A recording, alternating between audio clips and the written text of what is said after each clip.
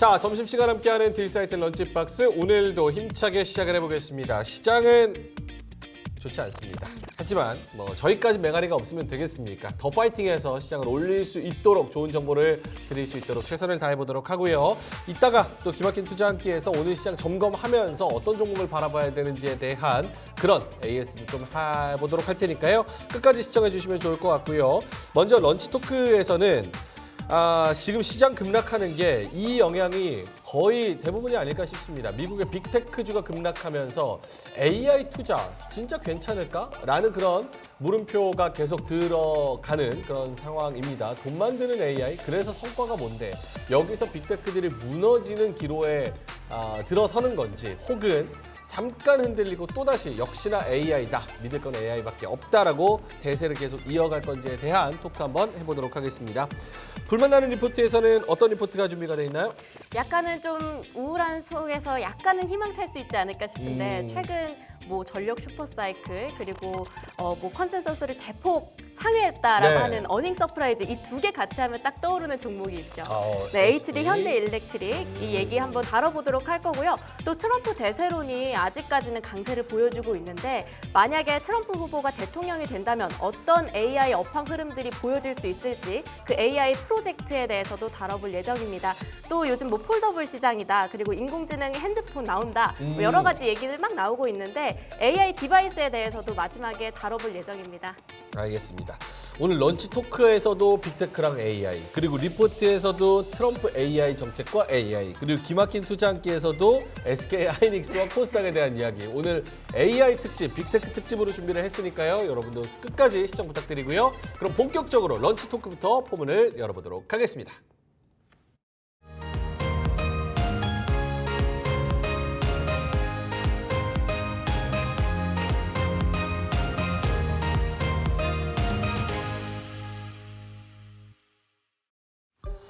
자, 두 분 모시고 이야기해볼 주제는요. 미국 빅테크주 급락, 돈 만드는 AI 이렇게 주제를 잡아봤습니다. 두 분 모셔보죠. 레몬 리서치의 김민수 대표님 나오셨고요. KR 리서치의 김대준 대표님 나와 계십니다. 어서 오세요. 안녕하십니까. 네. 어때요? AI 고점 논란, 피크아웃 논란, 요거 관련해가지고 두 분은 어떤 생각을 가지고 있으신지 짧게만 먼저 들어본다면 김대준 대표님. 전혀 아니고요. 전혀 아니다. 네. 지금 오른 거에 대한 일정 구간의 조정이 나타나는 거고요. AI는 올해 그리고 내년까지도 계속해서 시장의 상승 원동력이 되는 주도 섹터라고 생각을 합니다. 아직 안 끝났습니다. 그럼 엔비디아나 테슬라나 마가, 마이크로소프트 등등등등 해서 걔네들은 조금 쉬었다 더 출발한다. 전고점을 다시 한번 트라이하고 더 올라간다라는 쪽의 배팅인 거네요. 시장의 패션이 바뀌고 있죠. AI 내에서도 그간의 엔비디아였다라면 다른 섹터의 종목으로 바뀝니다. 이거는 제가 나중에 방송 중간에 어떤 종목으로 바뀌는지 설명을 드려보겠습니다. 네. 알겠습니다. 아직 더 간다라는 쪽에 김재준 대표님, 그리고 김민수 대표님은요? 100%. 100%더 간다. 예, 100%더 간다. 대표님 의견에 동의합니다. 동의한다. 네. 근데 지금 어떤 이유로 무슨 상황 때문에 이렇게 빅테크들이 좀 지지부진하고 7월 달 한 달만 놓고 보면 빅테크들이 아마 수익률이 빵 %거나 한 마이너스 1%에서 3% 정도일 거예요. 네. 그러니까 왜 7월은 쉴까? 과연 뭐가 문제인 걸까? 원래 그게 정상이라고 봐야 될 것 같아요. 무슨 얘기냐면은 지난번에 4월 달에 혹시 주가 보셨습니까? 4월 달? 네. 실적 발표 1분기 하고 그 전에 지수가 신나게 달리다가 4월 달은 우르르 다 무너졌습니다. 그러면서 그거 약 한 2, 3주 한 달이 안 되게 소화하고 그다음에 또 랠리를 펼쳤었죠. 그러니까 중간중간에 저희가 이제 자꾸 자문을 하는 겁니다. 이거 가는 길 맞아? 그러면서 실적 발표하는데 조금 주가가 먼저 간 것 같으니까 매물 소화하고 또 오늘 같은 경우도 똑같죠. 이번에 가장 대표적인 게 구글, 알파벳 실적 발표하면서 솔직히 좋았습니다. 실적들. 근데 거기서 나오는 코멘트 하나하나마다 신경 쓰기 시작하죠. 요거 봐라. 네, 이렇게 얘기하네. 라고 하면서 거기서 나오는 분위기 가지고 약간 하락의 빌미를 만든다. 많이 본 겁니다. 이거 실적 발표 시즌에. 그렇기 때문에 먼저 올라간 주가가 부담이지 그 외에 나머지들은 큰 변화가 없다라고 했을 때는 계속 회의론 보였다가 다시 가는 거 맞네. 그러면 또 올라가고 이런 변화 쪽에 초점을 맞추면서 지금은 당연히 매물 나오는 기간이죠. 당연히 쉬어가는 뭐 많이 올랐으면 또 조정 기간이 있는 거고 조정 기간을 거친 후에 펀더멘탈과 그 모멘텀의 변화가 없으면 또 가는 거고 네. 그런 자연스러운 현상이다. 받아들여라. 네. 알겠습니다. 김대준 대표님한테도 이 매크로랑 같이 변수를 엮어서 본다면 네네. 사실은 금리 인하에 대한 가능성은 이전보다 더 확실해졌고 그렇죠. 높아졌고 명확해졌습니다. 네. 그러면 빅테크라는 그런 성장주의 성격상 금리 인하와 더 완화적인 통화 정책의 수혜를 더 받아야 되는 건데 네. 오히려 7월 되면서 이런 것들이 더 지지부진해진 게 과연 어떤 상관관계와 논리가 적용이 되는 걸까? 제가 지금부터 말씀드린 부분에 대해서 한번 집중을 해보시기 바랍니다. 네. 이제 우리가 이제 주식 투자를 해서 돈을 버는 그 스킬은 네. 정보력도 아니고요. 그다음에 매매를 잘해서 시점을 잘 잡아서 매도를 하는 것도 아니고요. 네. 주식 투자에서 수익을 낼 수 있는 아주 근간이 되는 방법은 심리적인 요인에 의한 작동을 제어할 줄 알아야 되는 겁니다. 제가 시장에 이제 시장이 현업에 있으면서 많은 투자자분들을 대상으로 해서 회사에서 나름대로 컨설팅이라든가 투자 조언들을 많이 했었어요. 네. 특히 우리가 이제 강남의 부자들을 지칭을 해서 이 사람들은 투자를 하면 무조건 돈을 번다더라. 이 사람들은 정보력이 좋기 때문에 그러할 거야. 아니면 돈이 많아서 그러할 거야. 이렇게 많이들 판단하죠. 아닙니다. 심리적인 여유가 있어서 그렇습니다. 우리는 주식을 투자함에 있어서 절대 자산의 금융자산을 다 주식에 들어가 있는 경우가 많습니다. 네. 하지만 여유가 있는 자산가들은 일정 부분에 한해서 투자에 대한 그 금융자산을 투자하고 있거든요. 네. 그러면 여기에 대한 아주 중요한 부분은 뭐냐면 시장이 어떻게 흘러갈지에 대한 전반의 흐름을 읽어내면 무섭지가 않아요. 오늘 장 뭐 무섭기도 하고 두렵기도 하고 주식을 팔아가야 되는 거 아닌가 혼란스럽기도 합니다. 하지만 시장은 전체적인 얼개를 가지고 대응을 한다면 네. 이 시장 전혀 무섭지 않아요. 제가 한번 설명을 들어볼까요? 이 시장에 대해서 저한테 시간을 조금만 주시면 네. 이 시장에 대한 전반의 흐름과 앞으로 변화에 대한 상황들에 대해서 여러분께 이해하기 쉽게 명쾌하게 한번 설명을 드리겠습니다. 용기를 얻어가는 시간이네요. 맞습니다. 그림 한번 제가 준비한 그림을 한번 같이 보시죠. 좋습니다. 지금 그림을 보시게 되면 오늘 이제 새벽에 와간 미국의 나스닥 지수에 대한 흐름입니다. 급락했죠? 네. 팔아야 될까요? 이미 늦었습니다. 어제 팔거나 그제 팔거나 지난주에 팔았어야죠. 매도를 위한 관점으로 판단을 해보게 되면 시장은요 항상 동일 패턴의 흐름을 가지고 시장이 연속성을 가지고 계속 반복적으로 이들 모양들을 보여줍니다. 네. 지금 좌측에 있는 지수는 나스닥 일봉 지수의 흐름이고요. 우측에 있는 그림은 제가 일봉 지수의 그림을 선으로 해서 만들어 여러분께 보여드리는 내용입니다. 우리가 주식을 언제 팔아야 되냐, 추세가 언제 깨어지느냐를 판단해 보게 되면 전체적인 큰 틀에서의 미국 시장에서의 추세는 살아 있습니다. 왜냐하면 지금 우측에 점선으로 붉은 점선으로 그려진 상승 N자형 패턴이 네, 그려지고 있지 보이네요. 않습니까? 네. 상승 N자형 패턴이 유지되는 한은 이 추세는 살아있다라고 판단을 합니다. 이 추세가 깨지기 위해서는 2번 좌측에 있는 2번 그림에서의 고점부 대략 한 16,300포인트 수준에서의 지수입니다. 이 지수를 완벽하게 훼손하면서 하락을 할 때 이 장은 끝났다. 한동안의 시간에 있어서 시장은 하락으로 진행이 될 것이다라고 우리가 시장을 해석합니다. 그러면 지금 장 조정이에요. 그럼 조정의 상황과 조정 이후의 상황이 어떻게 나타날지를 한번 판단해 보겠습니다. 네. 통상적으로 주가가 리바운딩이 세게 나올 때는 어제 시장에서 강한 반등을 동반한 지수의 상승이 나타났어야 돼요. 근데 어제 반대로 하락이 나타났죠. 네. 그러면 추세상으로 1번의 상황과 아주 유사한 패턴의 흐름들이 진행이 될 겁니다. 우측 그림에 나와 있죠. 네. 1번의 상황은 최근 내에서의 모습을 보게 되면 두 번째 상승 흐름이 나타나면서 조정이 나타나고 있어요. 리바운딩이 조만간에 나올 겁니다. 이 리바운딩이 나오는 과정에서 세 번의 봉을 만들 거거든요. 그리고 기간화 과정에서는 2달 정도 조정.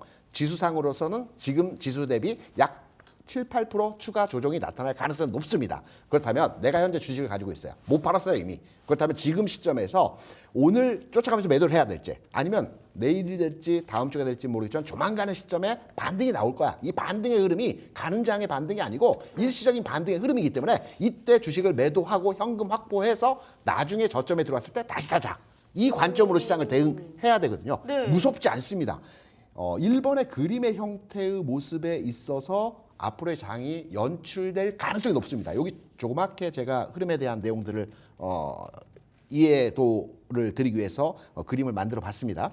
지금은 하단부, 저점부 한 번 더 추가적인 흐름에서의 장중 등락에서의 조정이 나타날 수는 있겠지만 거의 지금 막바지 국면에서 조정 과정에서 흐름이 나타나고 있어요. 다음 주부터는 반등 나올 겁니다. 빠르면 내일부터 나올 수도 있고요. 그렇다고 이 반등을 이용해서 매도하시면 됩니다. 아니면 한 2달 정도 가격과 기간의 일정 구간에 조정이 나타날 텐데 나는 버티겠다. 왜 추세가 살아있으니까. 네. 뭐 한두 달 뒤에 주가 올라가면 나는 팔지 않고 버텨서 이 상승 흐름을 끝까지 가져가겠다라고 한다면 가지고 계셔도 됩니다. 그래서 지금 장을 대하는 측면에서 첫 번째 전제, 대전제, 상승 추세, 전체적인 상승 추세의 미국 시장은 꺾이지 않았다. 다만 일시적인 조정 과정에서의 진행이 나타나는데 단순한 짧은 조정에서의 흐름이 아니고 기간과 지수의 조정이 일정 구간에 있어서 한 2달 정도 시간을 두고 나타나는 지점에서의 흐름이기 때문에 이 흐름에 대한 시장의 변화를 나는 대응을 하고 여기에 대해서 준비하고 뭐 여기에 대한 전략들을 세워가서 그 시장에 대한 매매를 하면 된다라고 생각을 합니다. 저는 솔직히 이제 주린이라서 주식 시장에 들어온 지 얼마 안 됐으니까 그렇죠. 뭐 나스닥 지수가 2년 내 최대 낙폭이었다, 뭐 테슬라 엄청 많이 떨어졌다 이러니까 되게 겁을 많이 먹었거든요. 이러다 진짜 망하는 거 아니야? 약간 이런 생각도 했는데 다 조정의 하나의 단계다라고 생각하니까 확실히 좀 마음의 위안을 많이 받는 것 같습니다. 빅테크 종목 있어요? 네, 있어요? 네, 샀어요? 네.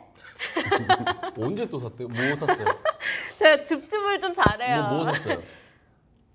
그냥 빅테크 종목이요. 뭐?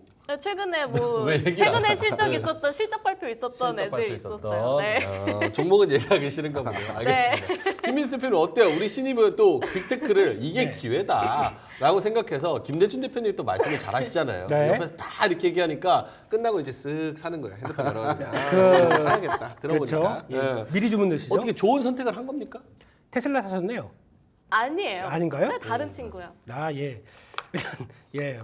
일단 저희 보통 이제 조정이 나올 때 두 가지가 있습니다. 네. 일단 하락하니까 들어가고 보자. 네. 하락이 되는데 이제 끝나고 나서 마무리 되는 것 같아서 그 다음에 사자. 뭐가 더 좋을까요? 우리 신입님은 어떤 생각을 갖고 계십니까? 사실 하락할 때 사는 게 제일 좋을 것 같긴 한데 네. 이게 멘탈이 못 버틸 것 같아요. 그렇죠. 네. 그게 가장 중요하죠. 신입이 아니신데요. 타짜요, 타짜. 이게 좀 저희가 하우스에서 면접 보고 데려왔고. 그러신 것 같습니다. 네네. 그러니까 이게 무슨 얘기냐면은 주식을 매매할 때 가장 중요한 건 내 심리 안정이거든요. 네. 내 심리 안정이 어디서 전적으로 발휘할 수 있겠느냐라고 보게 되면 막 떨어지는 칼날에서는 왠지 무서워요. 네. 무섭다 보니까 들어간다고 하더라도 이거밖에 못 들어갑니다. 근데 들어갔다가 이제 다시 턴하게 올라간다 그러면 아이고 그때 많이 살 걸. 이 생각밖에 안 들잖아요. 그러니까 지금 시점이 딱 그 가운데인 것 같아요. 그러니까 하락은 진행되는데 네. 여기가 지금이 바닥이냐. 그래서 만약에 내가 이런 걸 들어가서 그냥 대응하는 거 편하게 할 수 있겠다. 떨어지는 칼날 그래도 버틸 수 있겠다. 그럼 그냥 대응하는 거죠. 근데 그게 아니라 요거 왠지 좀 찜찜해. 그러면 이제 계속 바닥권을 몇 번 만들 것 같다. 그러면은 나눠서 사야죠. 근데 저희가 분할 매수, 분할 매도 뭐 이런 얘기 하잖아요. 그렇죠. 예. 어려워요. 그냥 어렵죠. 그걸 어떻게 분할함 사고 나서 물리든가 아니면 올라가든가인데 분할하려고 한 10%밖에 안 사면 그대로 한 두세 배 가더라고요. 그럼 배 아파 죽죠. 그런 적도 있어요? 뭐 사셨어요? 네. 네. 아무튼 그런 쪽에서 지금은 변동이 커지는 시기고 보통 보면은 빅스 지수가 그렇습니다. 지난번 계절적인 성격이 있거든요. 근데 그 지금 변동성이 커지는 시기가 일반적으로 봄 때 잠깐 커졌다가 다시 쭉 빠졌다가 여름 때 살짝 늘어나는 경향들이 좀 있습니다. 그게 지금 맞물리면서 시장의 충격도 같이 왔다고 보여지고 있기 때문에 그러고 나서는 또 다시 꺾입니다. 그럼 그때 또 약간 가을 때 또 훅 하고 들어가는 거죠. 네, 그런 시기를 노려본다라고 그러면 하더라도 대표님은 기간 조정이라고 생각을 좀 더 하시는 거네요. 지금보다는 조금 더 지켜보고 분할로 매수하자가 결론이네요. 그렇죠. 방송 용어입니다. 지켜보고 분할로 매수하자. 지켜보고 분할로 매수하자. 근데 일단 그럼 조금 기간을 거쳐야 된다는 거는 생각하시는 거고. 그렇죠. 이게 그러니까 많이 빠지게 되면은 만약에 추가적으로 한 번 더 밀리잖아요. 네. 그럼 거기서 V자 반등 나옵니다. 근데 그게 진바닥이긴 한데 그 V자 반등 나온다고 하더라도 거기서 멈춰버려요. 그러다 보니까 그런 구간들도 있기 때문에 지금은 이제 가격 조정이 한 번 더 나올지 아니면 그냥 슥 하고 돌아가면서 파동 만들면서 반등할지 이거는 네. 좀 더 체크를 해야 되기 때문에 그렇게 쉬운 구간은 아니죠. 네, 쉬운 구간은 아닌데 더 중요한 거는 매매할 돈이 없어요. 다 물렸어요 지금. 이게 물려 문제죠. 있어서. 네. 알겠습니다. 자, 그러면 두 분 다 어쨌든 다시 올라가긴 할 건데 타이밍에 좀 차이가 있는 것 같아요. 두 분 다. 그러면 정책을 조금 얘기를 해볼게요. 미국 지금 대선 정치가 시장에 끼치는 영향이 어마어마하지 않습니까? 특히나 이제 트럼프 대통령 후보, 그렇죠. 트럼프 대통령 네. 후보, 대선 후보가 빅테크들 정신 차려야 된다. 다 찢어놓겠다. 뭐 이런 얘기를 하면서 빅테크들이 이제 발발발발 떨고 있는 그런 상황인 건데 그러면서 이제 센티적으로도 주가가 좀 안 좋고 트럼프 대선 후보가 이제 대통령이 되는 과정으로 가는 이 길목에서는 빅테크들의 영향은 고려해야 될 것 같은데 일시적인 영향력이 있겠죠. 일시적인? 네, 트럼프 대통령의 후원 업체가 총기업체하고 정유업체들이 가장 큰 후원 업체이거든요. 네네. 그렇다 보니까 아무래도 빅테크에 대한 부정적인 내용에서의 메시지를 많이 주는데 궁극으로 미국 시장에서 시총 상위 10개 종목 보면 다 빅테크입니다. 그리고 빅테크 종목에 대해서 트럼프 대통령이 계속적인 이 지금과 같은 형태의 압박을 하지는 않을 거 보고 있고요. 트럼프 대통령 우리가 잘 알고 있죠. 지난 2018년, 19년, 17년도에 봐왔지만 친기업적 성향을 가지고 있습니다. 네. 법인세도 35%에서 21%까지 확 낮춰버리죠. 은행채, 회사채 사서 기업의 어떤 이익 활동을 계속 증진시켜주죠. 그래서 기본적으로 트럼프 대통령 자체도 미국 기업, 특히 미국 시장에 대해서는 기업적 성향을 가지고 있기 때문에 빅테크라고 해서 비우호적이고 기존의 뭐 전통주라고 해서 우호적이고 이건 아닐 것 같고요. 우리가 이제 지금 상황에서 트럼프 대통령에 대한 정책과 내용이 완전하게 드러나지 않은 상태에서 우리가 과도하게 여기에 대해서 시장에 반응하고 있다고 저는 개인적으로 판단을 하고 있습니다. 사실 해리스 그 부통령 결국 민주당 후보도 친환경에 대해서 바이든보다 더 강하게 드라이브를 건다라는 세간의 이야기가 있지만 사실 후보가 돼서 실제로 대통령이 됐을 당시에는 그렇게 세게 드라이브를 못하는 경우가 많기 때문에 그렇죠. 이런 것도 트럼프 후보가 세게 얘기하는 것도 또 실제로 대통령이 되면 노이즈로 실제로 그렇게 세게는 안 할 가능성이 높다. 원래 입이 센 분은 액션이 약합니다. 트럼프는 안 그렇던데. 아니 초기는 하려고 그래요. 아. 주변 참모들이 다 말립니다. 네. 네. 이렇게 했었을 때 잘 생각해봐라. 하다 보면은 액션을 취해야 될 강도가 낮습니다. 네. 그러니까 그걸 가지고 저희가 먼저 이렇게 될 것 같아 저렇게 될 것 하면서 막 걱정하는 거는 막상 가보게 되면 또 진행은 돼도 느리게 되거나 아니면 안 되는 경우가 더 있다고 하게 되면 그거 가지고 시장은 미리 움직이죠. 왜냐하면 당선되게 되면이라는 단서가 있다 보니까 움직임은 나오기 시작하는데 너무 거기 코 끌리기 시작하게 되면 그냥 정신없이 샀다 팔았다. 네, 알겠습니다. 그러면은 뭐 국내 주식과 국내 시장 얘기하기 전에 딱 그냥 캐주얼하게 요것만 하나씩 여쭤보고 넘어갈게요. 빅테크 중에서 지금 흔들릴 때 네. 진짜 이거는 적금 깨서라도 조금씩 사모으면 좋을 것 같다. 요건 진짜 다시 간다라고 생각하는 빅테크 종목이 있다면? 김대준 대표님? 아마존입니다. 아마존이요? 네네. 요것도 한번 제가 준비한 자료 같이 보시면서 왜 아마존인지를 제가 설명을 드려보겠습니다. 아마존은 네. 네, 지금 제가 준비한 자료를 보게 되면 좌측에 이제 나스닥 지수이고요. 네. 우측에 보면 상하단에 테슬라와 엔비디아입니다. 그동안의 주도권을 가지고 시장 상승에서의 주도주가 테슬라와 엔비디아가 번갈아 가면서 시장 상승 흐름을 주도했어요. 지금 보시면 정확하게 흐름에서의 내용을 판단 가능하겠지만 나스닥 지수가 첫 번째 상승 흐름이 진행될 때에는 테슬라가 시장에서의 완벽한 주도 종목으로 선두주자군요. 자리매김했습니다. 네. 이 동기간 동일정에서 일봉이거든요. 네. 그리고 두 번째 상승 흐름이 나스닥 그 지수가 상승할 때는 엔비디아가 시장 주도권을 가지고 상승을 했습니다. 네. 그러면 지금 이제 우리가 판단할 지점에서의 내용은 무엇이냐면 그 다음은 누구냐? 그렇죠. 제가 앞서 모두에 시장의 상승 추세에서의 흐름은 깨지지 않았다. 다만 단기 조정에서의 흐름이 진행될 것이고 이 단기 조정 자체도 두려워할 필요가 없다라는 말씀을 드렸는데요. 다음 흐름이 첫 번째로 우리가 AI를 얘기했죠. 네. AI 살아있다라고 말씀드렸죠. 네. 두 번째는 시장이 살아있다라는 말씀을 제가 드렸고요. 그럼 세 번째 어떤 종목이 갈 거냐에 대한 해답을 가지고 시장을 평가해야 되는 겁니다. 세 번째는 아마존입니다. AI의 바톤 터치라고 생각을 합니다. 그간에는 AI 하면 우리가 반도체를 많이 생각했죠. 네. 왜냐하면 HBM 반도체를 통해서 고속의 빠른 정보 교환을 통한 이 반도체가 제일 중요하다라고 맞아요. 해서 엔비디아의 주가가 굉장히 시장이 강했습니다. 그 다음 단계 이제 데이터 센터에 대해서 한 20% 정도 AI 반도체로 교체됐다라고 해요. 이제 급한 불은 껐어요. 데이터 센터 같은 경우도 많은 정보 교류를 통한 이제 이동에 어느 정도는 확보할 수 있는 데이터 센터가 장착을 했어요. 이 다음에는 아마존과 같은 데이터 센터를 많이 가지고 있는 기업들이 이제 여기에 시장에 반응할 겁니다. 아마존이 전 세계 데이터 센터가 한 6,500개 정도 되거든요. 네. 이 중에 한 30% 수준에서의 데이터 센터를 보유하고 있어요. 우리나라 국내 굴지의 기업들도 홍콩이나 싱가포르에 있는 아마존의 데이터 센터를 이용합니다. 비용 올라가겠죠? 그간에는 뭐 저비용이라든가 이전 가격 수준으로 받았겠지만 고비용의 AI 칩을 사용을 했기 때문에 비용을 올릴 겁니다. 네. 그리고 아마존에서 국내 시장에도 데이터 센터 확보를 해서 7조 원을 투자한다고 그래요. 그리고 마찬가지로 LG 플러스도 1조 원 규모대, 삼성 SS도 데이터 센터를 확장한다라고 합니다. 지금은 반도체에서 데이터 센터로 넘어가는 과정의 과도기 국면이거든요. 다음 섹터의 시장 주도주는 전 데이터 센터를 많이 가지고 있는 또 데이터 센터와 연관이 있는 종목들이 시장에서 AI와 결합돼서 주가 상승의 흐름이 나타난다고 보고 있고요. 아마존의 주가를 보게 되면 다른 빅7 종목들 대비해서 주가가 그렇게 세진 않았어요. 이전 단계에 셌지만 최근 연초부터 지금까지 흐름을 보게 되면 장기간 내에서의 박스권 내에서 움직임이 진행되다가 최근에 좀 올라갔고요. 지금 조정을 받고 있어요. 탄탄한 지지선이죠. 이제 새롭게 얘가 갑니다. 흐름에서의 변화가 나타나는 거고 빅테크 내에서는 아마존과 같은 종목들이 시세의 바톤을 이어받아서 시장을 끌고 가는 거죠. 엔비디아, 테슬라가 아니고.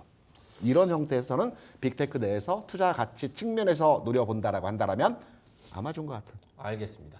마이크로소프트도 최근에 실적 발표했을 때 가장 크게 주목을 받고 또 시장 투자자들이 환호했던 거는 클라우드 속의 성장이었습니다. 네. 근데 이제 아마존이 클라우드 쪽에서는 굉장히 잘하기 때문에 데이터 센터, 클라우드 이쪽에 좀 집중을 해보면 아마존이 테슬라 이어서 엔비디아 이어서 다음 타자가 되지 않을까라고 말씀을 해주셨습니다. 아마존 어떻게 살았는데 좋은가요? 혹은 다른 종목이 있나요? 아마 존? 존? 네. 예, 그렇습니다. 네. 설마 했는데. 예, 저는 아마 애플. 아마 애플. 네, 예. 아마 애플 갑니다. 네, 저는 그거 다 아는 얘기죠. 이제 새롭게 꺼내서 죄송합니다. 아마존. 예, 예. 채팅창에서도 나왔어요. 그래요? 네. 아우 큰일 날 뻔했네요. 네. 예. 온디바이스 AI에 무게를 두겠습니다. 네네. 예, 그게 확장이 되기 시작을 해야. 그러니까 어떻게 보면 열쇠 중에 첫 번째 열쇠라고 생각하고 있고요. 그렇죠. 이게 열리기 시작해야 그 다음에 나머지 어떤 뭐 AI 쪽도 AI 칩도 그렇고 나머지 쪽들도 확 큰다라고 하게 되면 지금 아까 대표님 말씀하신 것과 똑같이 네. 조정을 덜 빠지고 잘 받은 쪽들이 추세를 안 깨고 잘 빠진 쪽들이 오히려 돌리기 쉽다라고 보게 되면 지금 애플은 주가 고점에서 밀린다고 하더라도 일단 거래 그렇게 많이 나오지 않았고요. 그냥 조정 이런 쪽의 분위기고 지금 지난번에 거래 급하게 많이 나왔던 6월 달에 나왔던 고점 대비해서 잘 버티고 있어요. 지금 가격에서도. 그렇게 되면은 한 220달러대 밑에서 지금 한 215달러대 이 정도까지는 좀 내려올 수는 있다고 하더라도 거기서는 매수세 집결할 수 있는 그런 자리가 아닐까 생각되고 있고 게다가 또 추가적으로 시장 분위기 봤었을 때 아이폰 16에 대한 기대감이 상당히 높아지고 있습니다. 그래도 핵심은 AI 인텔리전스지 그러면서 그래서 나오기 시작하는 분위기가 판매량과 함께 디바이스를 끌어낸다라고 하게 되면 IT 제품 잘 팔리게 되면 또 뭡니까 메모리 쪽들도 당연히 고용량이 되다 보니까 성과가 더 나올 수밖에 없겠죠. 그런 쪽과 연결되기 시작하게 되면 애플이 가장 핵심이 되지 않을까 이렇게 생각하고 있습니다. 한 분은 아마존, 한 분은 애플 말씀해 주셔서 사실은 지금 서학개미가 굉장히 많은 상황에서 네. 엔비디아 어떻게 하냐 그리고 다음 빅테크 뭐 사냐 빅테크 여기서 끝난 거냐 궁금해하시는 분들이 많아서 제가 한번 빅테크에 대한 이야기를 좀 자세하게 해봤고 결국은 국장하시는 분들이 더 많으니까 국내 시장으로 좀 돌아오도록 하겠습니다. 저는 그것도 좀 궁금한 게 어쨌든 미국 증시의 여파로 좀 오늘 우리 장도 좀 안 좋은 상황인 것 그렇죠. 같거든요. 이럴 때 그래도 좀 수익을 볼 수 있으려고 노력을 한다면 어떤 업황이나 어떤 종목들에 좀 집중하는 게 좋을지도 궁금한데요. 좀 어떤 부분을 저희가 봐야 좋을까요? 국장에서는. 조금 어려운데요. 네, 오늘 그게 같은 쉬어가야 경우에 될까요? 그 거래소 상승 종목이 100개가 채 안 됩니다. 맞아요. 네. 그래서 어떤 종목을 투자해서 지금 수익을 내기는 쉽지 않은 장에서의 흐름인데요. 저는 개인적으로 판단해서 아까 떨어지는 칼날 말씀하셨지 않습니까? 네. 떨어지는 칼날을 이용해서 짧은 트레이딩 관점에서의 수익률을 도모한다고 한다면 최근에 강했고 조정받았던 종목 대표적으로 판단되는 게 하미반도체 같은 종목이죠. 하이닉스 오늘 8% 떨어집니다. 네, 요게 떨어진 칼날이거든요. 떨어진 칼날을 이용해서 짧은 반등을 이용한 매매가 가능한 섹터입니다. 이거는. 그리고 나머지 뭐 재건이 강한데 재건은 이전부터 계속 이슈화되었던 종목들이고요. 전체적으로 지금은 시장에 대해서 내가 대응을 한다라고 한다면 지금은 좀 기다리셔야 됩니다. 반등 나온다라고 말씀드렸죠. 반등 나올 때 현금화를 일부 주셔야 됩니다. 그래야 마음적 여유가 생기고 다음 장을 대비한다는 측면으로 접근이 가능하기 때문에 지금은 기다리시는 게 최선의 투자 방법이다. 최대한 홀딩하고 있어야겠네요. 그렇죠. 이 공포를 이겨내야 되는 거죠. 네, 무서워요, 진짜. 아니 근데 빅테크가 계속 간다고 생각하시는 분 입장에서 네. 하이닉스 오늘 5조 5천억 나왔는데도 저렇게 8% 떨어지는 거에 대한 좀 낙폭 과대라는 생각은 어떠십니까? 저는 한 4, 5%는 하락할 여지가 있다라고 생각을 근데 했습니다. 왜 하락하는 거예요? 뭐 5조 5천억 했고 매출은 사상 최대하는데 5%도 억울해요. 뭐 똑같죠. 기대치가 높아진 상태에서 지금의 수준 발표는 기대감을 크게 반영시키지 못다. 엔비디아 같은 경우에 실적 발표에 주가가 올라간 것들은 기대 수준 대비해서 20%씩 성장하는 데이터를 발표를 했어요. 이런 서프라이징이죠. 근데 이미 시장에서 5조 중반대의 영업이익은 이미 다 예상하고 그렇죠. 있던 숫자였습니다. 그러니까 기대 수준이었다라고 해서 주가 하락하는 게 좀 과도합니다. 지금의 하이닉스의 주가 하락은. 오늘 무슨 실적 발표했어서도 빠졌습니다. 그렇죠. 하이닉스는. 그렇죠. 네. 그렇게 뭐 낙폭의 문제니까. 네. 아마 시장에서 어제 6조 얘기만 들었어요. 삼성전자랑 똑같이 하게 되면 6조. 근데 그보다도 안 돼. 5조 5천억도 이 정도밖에 안 돼. 그러니까 나오는 변화라고 봐야 될 것 같은데 이게 뭡니까 이 정도까지는. 그러니까 사람이고 기업이고 네. 다 엄살을 좀 부려야 돼요. 아 저희 5조 나오진 말도 안 되는 소리 하지 마세요. 저희 그렇게 장사 못합니다. 그렇죠. 저희 3, 4조 나오면 잘하는 거예요. 이러고 5조 5천억 나왔어요. 맞아요. 맞습니다. 뭐 오늘 방어하고 이랬을 텐데. 차라리 4조 나와서 네. 사주세요. 사주. 아 사조 예. 사조 대림? 그때 지난주에 말씀하셨죠. 예, 잠깐. 예. 알겠습니다. 네. 어쨌든 영업이익 5조 5천억 나왔는데 밀려서 좀 아쉽고 네. 거기가 8%더 밀려가지고 아쉽기는 하지만 어쨌든 여러 가지 아까 신입이 물어본 거 국장은 어떻게 대응을 해야 되는지 빅테크가 조금 더 조정이 길어진다고 가정을 한다면 네. 우리 장은 어떻게 되는 건지 결국은 트레이딩 장사에서 사조 대림 이런 거나 사야 되는 건지 이런 거다가 뭡니까 그 주주분들 얼마나 기분 나쁘시게. 예. 그런 것도 하나의 종목이다. 네, 라고 네, 봐야 될 것 네, 같은데 네. 두 가지입니다. 네. 일단 낙폭 과대를 노릴 것이냐. 아니면 약간 회피 섹터가 나오기 시작하죠. 회피 섹터에서 좀 움직여서 거기서 막 파티를 즐기다가 네. 다시 이쪽으로 넘어올 것이냐. 그런 쪽으로 봤을 때 일단은 지금 관점에서는 가장 직격탄으로 받는 IT 쪽 이쪽은 계속 눈여겨봐야 될 것 같고요. 근데 그쪽에서 자신이 없다. 그러면은 일단 다른 쪽에서 움직이는 것들 영향을 끼치는 것들을 보셔야 되는데 오늘 보니까 시장에서 좀 특이한 게 벌써 금리 인하에 대해서 먼저 막 벌써 이제 움직임이 나오기 시작합니다. 네. 대표적으로 악재 나온 카카오는 왜 올라가요? 얘기를 못 하는 거죠. 네이버는 어제 보니까 또 네이버 웹툰 지금 미국 시장에서 계속 밀리고 있는데 왜 올라가요? 얘기가 안 되는 거죠. 근데 지금 벌써 시장은 인터넷 플랫폼 쪽도 이쪽도 금리 인하 수혜잖아. 라는 쪽들이 이제 반영되고 있고 게다가 셀트리온 같은 경우도 일단 바이오 쪽도 금리 인하 수혜네라고 하다 보니까 이런 것들도 좀 버티고 있고 그러니까 그런 그러니까 매크로 쪽에서 변화가 나올 거를 대비해서 움직이는 섹터들 이런 것들을 좀 더 체크하면서 보는 거 나쁘지 않다고 보여지는데 그 말 그대로 회피 섹터겠죠. 예, 그런 쪽에서 그 다음에 어느 정도 쭉 보니까 안정을 받는 것 같아요. 그럼 그 다음부터 들어가는 거 이것도 또 하나의 전략이겠죠. 선택의 문제 같습니다. 선택의 문제다. 네. 그럼 반도체는 결국 사실은 반도체 얘기 요즘 많이 하면 시청자들이 좀 빠지더라고요. 그러니까 그만큼 반도체에 대해서도 이미 벌써 물려서 마이너스 50 되신 분들은 꼴배기도 싫어하시고 도망가실 분은 이미 벌써 나와서 비중 축소하셨어요. 그러니까 반도체 얘기해봤자 씨알도 안 먹히는 거예요. 오늘 하이닉스 8% 떨어지고 이런 것들이. 근데 결국 어쨌든 지금 조금 가지고 계신 분들도 계시고 우리나라 코스피 코스닥 반도체 소부장 빼면은 얘기가 안 되기 때문에 한번 짧게만 여쭤볼게요. 반도체 지금이라도 좀 도망가요? 그러니까 반도체 지금 한 번의 사이클은 일단 기간 조정, 소부장은 뭐 가격 조정이 이미 들어간 종목들도 많고 어떻게 좀 쉬다 간다라고 판단을 하고 지금이라도 조금 손절을 고민을 많이 해봐야 되는 건지 김대준 대표님? 아니요. 보유 증가는 아니겠지만 네. 지금 가지고 있는 반도체에 대한 비중은 그대로 가져가셔야 됩니다. 시장은 항상 내리고 오르고의 반복적인 과정인데 네. 반도체 다시 갑니다. 다만 반도체에서 일부 종목의 변화가 있을 수는 있어요. 하지만 전체적인 반도체 사이클에서의 흐름은 또 간다라는 측면이기 때문에 비중 축소 아닙니다. 확대도 아니겠지만 비중 축소 보유 전략으로 가지면 될 것 같습니다. 오케이. 김민수 대표님은요? 네, 보니까 2차 전지가 올라오네요. 2차 전지 올라와요? 네, 삼성 SDI가 먼저 고개를 들더니 LG엔지 솔루션도 플러스가 달려고 하네요. 네, 플러스 났네요. 예. LG엔솔도. 그만큼 이제 실적 얘기 나오는 거 안 좋은 거 다 알고 있다.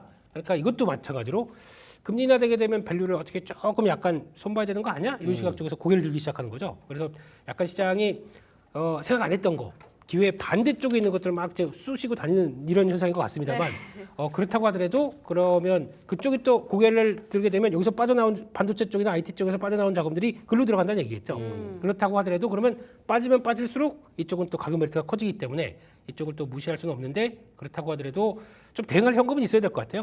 여기가 지금 바닥이다라고 말씀을 못 드리기 때문에 계속 흔들릴 때마다 대응할 수 있는 거는 보시고 대응하는 게 맞겠다라고 하게 되면 일단 아까 말씀드렸듯이 현금 있는 것과 회피 섹터에서 조금 좀 놀다가도 다시 들어올 수 있는 전략 이거는 챙겨 넣으셔야 될 것 같습니다. 알겠습니다. 일단은 조금 더 반도체 소부장, 반도체들도 여유를 좀 주고 기간을 줘야 된다라는 쪽으로 해석을 하겠습니다. 네. 알겠습니다. 마지막 질문 드리면서 마무리를 좀 하죠. 하이닉스 실적이 나왔고요. 다음 주 7월 31일에는 삼성전자 잠정 실적 나왔고 이제 확정 실적이 나오게 됩니다. 거기 안에 이제 세부적인 여러 가지 뭐 가전에서 얼마 벌었고 핸드폰 얼마, 반도체 얼마 뭐 이런 얘기가 나올 텐데 그것들이 좀 턴어라운드의 기점이 될 수 있을지도 좀 궁금합니다. 만약에 큰형님이 10조 여기서 우리 장사 잘했어라는 거를 강력하게 어필을 한다면 하이닉스 실적 잘 나온 것도 다시 부각을 받으면서 8월 달에는 조금 반도체 쪽에서 턴어라운드 이런 거를 기대해봐도 될지. 당연하죠. 최근에 수출 데이터 뉴스를 보시게 되면 네. 반도체 수출이 9개월 연속 증가를 하고 있고요. 7월 20일까지만 하더라도 전년 동기 대비해서 20% 성장하고 있어요. 그리고 삼성전자의 이제 세부 실적이 나오겠지만 삼성전자의 반도체 사업부의 그 수익 부분이 58% 정도 됩니다. 거의 60% 육박했거든요. 이건 반도체가 성장 단계에서의 반도체 부분의 삼성전자 매출 비중을 차지하는 퍼센테이지입니다. 계속 늘어나고 있다는 거죠. 그럼 삼성전자 세부 실적이 나오게 되면 앞으로의 향후 기대감이 좀 더 증대된다라고 볼 수 있어요. D램 가격이 최근에 2.2불까지 올라왔대. 지난해 1불 대였어. 이제 수익성이 발현되는 시기에서의 D램 가격이야. 최대 가격은 4.5불이었거든요. 이제부터는 D램을 팔아서 돈이 남습니다. 삼성전자 매출도 늘어나고 영업이익도 늘어나고 전반에 성장 단계에 진입을 했다. 이런 긍정적인 뉘앙스의 시장 분위기가 전환될 가능성이 높기 때문에 세부 실적이 나오는 순간에 삼성전자와 반도체 전체의 흐름은 긍정적으로 변화할 것이다. 그러면 그게 8월쯤 될까요? 7월 말에 나오니까 뭐 7월 말 전에 주가는 항상 반응을 하기 때문에 뭐 다음 주부터는 반응할. 그래서 앞서 말씀드린 대로 지수 반등 시점에서의 흐름은 늦어도 다음 주 초에 지수 반등의 흐름이 나타날 것이다. 이런 얼개가 다 맞아가서 네. 흐름이 진행되겠죠. 민수 대표님한테도 같은 질문입니다. 네. 다음 주에 삼성전자 실적 플러스 8월 중순, 초중순에는 이제 엔비디아 실적. 네. 요거를 같이 감안을 했을 때 뭔가 그게 분기점이 될 수 있을지. 거기까지는 안 가고요. 애플 실적 정도만 하더라도 거의 시장에서 반응이 나올 거로 그래요? 생각합니다. 네, 확인됐고 그리고 뭐 엔비디아는 조금 다르게 보는 동네지 않습니까? 네. 그거는 워낙 잘하는 정규 1등이고 네, 이런 쪽에서 입장보다도 그런 정도에서 어느 정도 가이드라인 나오고 움직인다라고 되면 그만큼의 싸졌던 부분들이 반응이 나올 거라고 생각합니다. 알겠습니다. 신입은 뭐 빅테크 뭐 샀는지 끝까지 안 알려주셔서 여기 나온 내용으로 좀 도움이 됐습니까? 어때요? 도움 많이 됐습니다. 네. 믿음으로 갖고 간다? 희망을 좀 많이 받았어요. 희망을 갖고 갑니다. 알겠습니다. 제가 다음 주에 어떤 표정으로 나올지 좀 지켜보시길 바랍니다. 우리 시청자분들. 트럼프가 약간 나와가지고 내가 무슨 일이 있어도 빅테크는 다 찢어놓고 그 안 다음에 돼요, 안 사퇴하겠다 이러면은 또 이제 아작 나는 건데. 알겠습니다. 그런 일이 없기를 바라면서 우리나라 기술주 그리고 미국의 빅테크도 같이 잘 갔으면 좋겠습니다.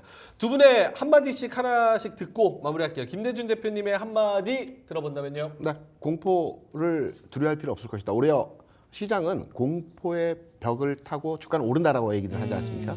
그래서 지금은 공포를 즐길 때다. 아하, 2보 전진을 위한 1보 후퇴 네. 이렇게 공포를 즐길 때다 말씀해 주셨고요. 김민수 대표님은요? 네, 기대감이 높아져서 나오는 변화라고 봐야 될 것 같고요.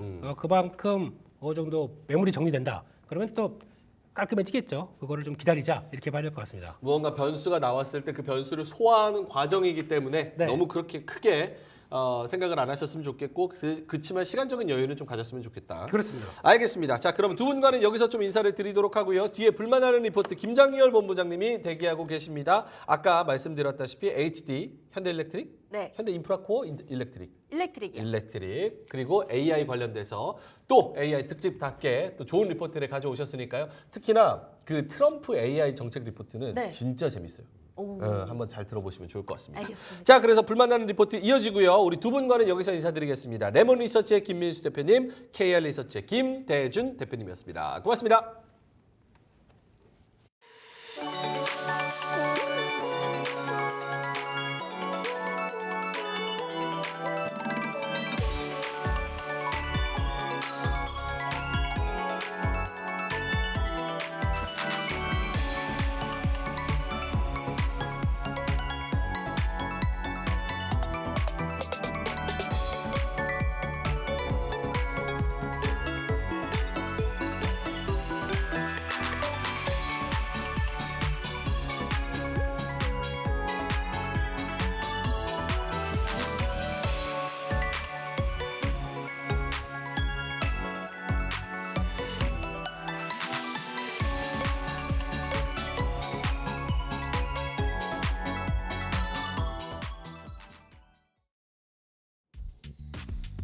SK하이닉스가 25일 2분기 실적 발표 컨퍼런스 콜에서 고대역폭 메모리 매출이 지난해 같은 기간보다 250% 이상, 전분기 대비 80% 이상 증가했다고 밝혔습니다. 대한전선은 미국 판매법인 TUSA가 미국 동부에서 역대 최대 규모인 1,900억 원의 장기 계약을 체결했다고 밝혔습니다. SK바이오사이언스는 미국 바이오 기업 선플라워에 200만 달러를 투자하는 조건부 지분 인수 계약을 체결했다고 25일 밝혔습니다. 의약품 시장 조사 기관인 IQVIA 셀트리온의 램시마 SC가 유럽 직접 판매를 시작한 지 4년 만에 점유율 21%를 기록했다고 밝혔습니다. LG이노텍이 2분기 매출 4조 5,553억 원, 영업이익 1,517억 원의 실적을 기록해 전년 동기 대비 매출이 17%, 영업이익은 726% 늘었다고 밝혔습니다. 큐텐 산하 이커머스 계열사의 정산 지연 사태가 불거지면서 큐텐, 위메프, 티몬 등 국내 이커머스의 기업 공개 계획 실현 가능성이 희박하다는 전망이 나오고 있습니다. 삼성 자산운용은 국내 주요 전력 설비 종목에 집중 투자하는 코덱스 AI 전력 핵심 설비 상장지수 펀드 순자산이 상장 2주 만에 1,000억 원을 돌파했다고 밝혔습니다. 금감원은 24일 두산 로보틱스가 공시한 합병과 주식의 포괄적 교환 이전 증권 신고서에 대해 중요 사항이 불분명하게 기재된 부분이 있다라며 정정 신고서를 제출하라고 요구했습니다.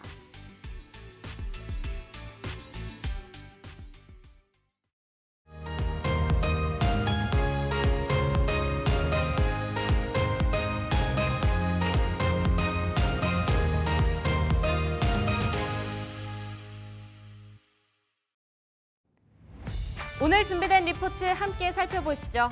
최근 깜짝 실적 발표 이후 여러 증권사에서 목표 주가를 상향하고 있는 주인공이죠. HD 현대일렉트릭에 관한 소식, 그리고 LS증권 리포트에서 함께 알아보도록 하겠습니다. 올해 반도체 주가를 이끌었던 AI 관련 소식들도 준비되어 있는데요. 메리츠증권에서 정리한 트럼프 전 대통령의 AI 프로젝트와 함께 삼성증권에서 다룬 AI 디바이스 관련 내용까지 애플의 전망과 함께 꼼꼼하게 짚어보도록 하겠습니다.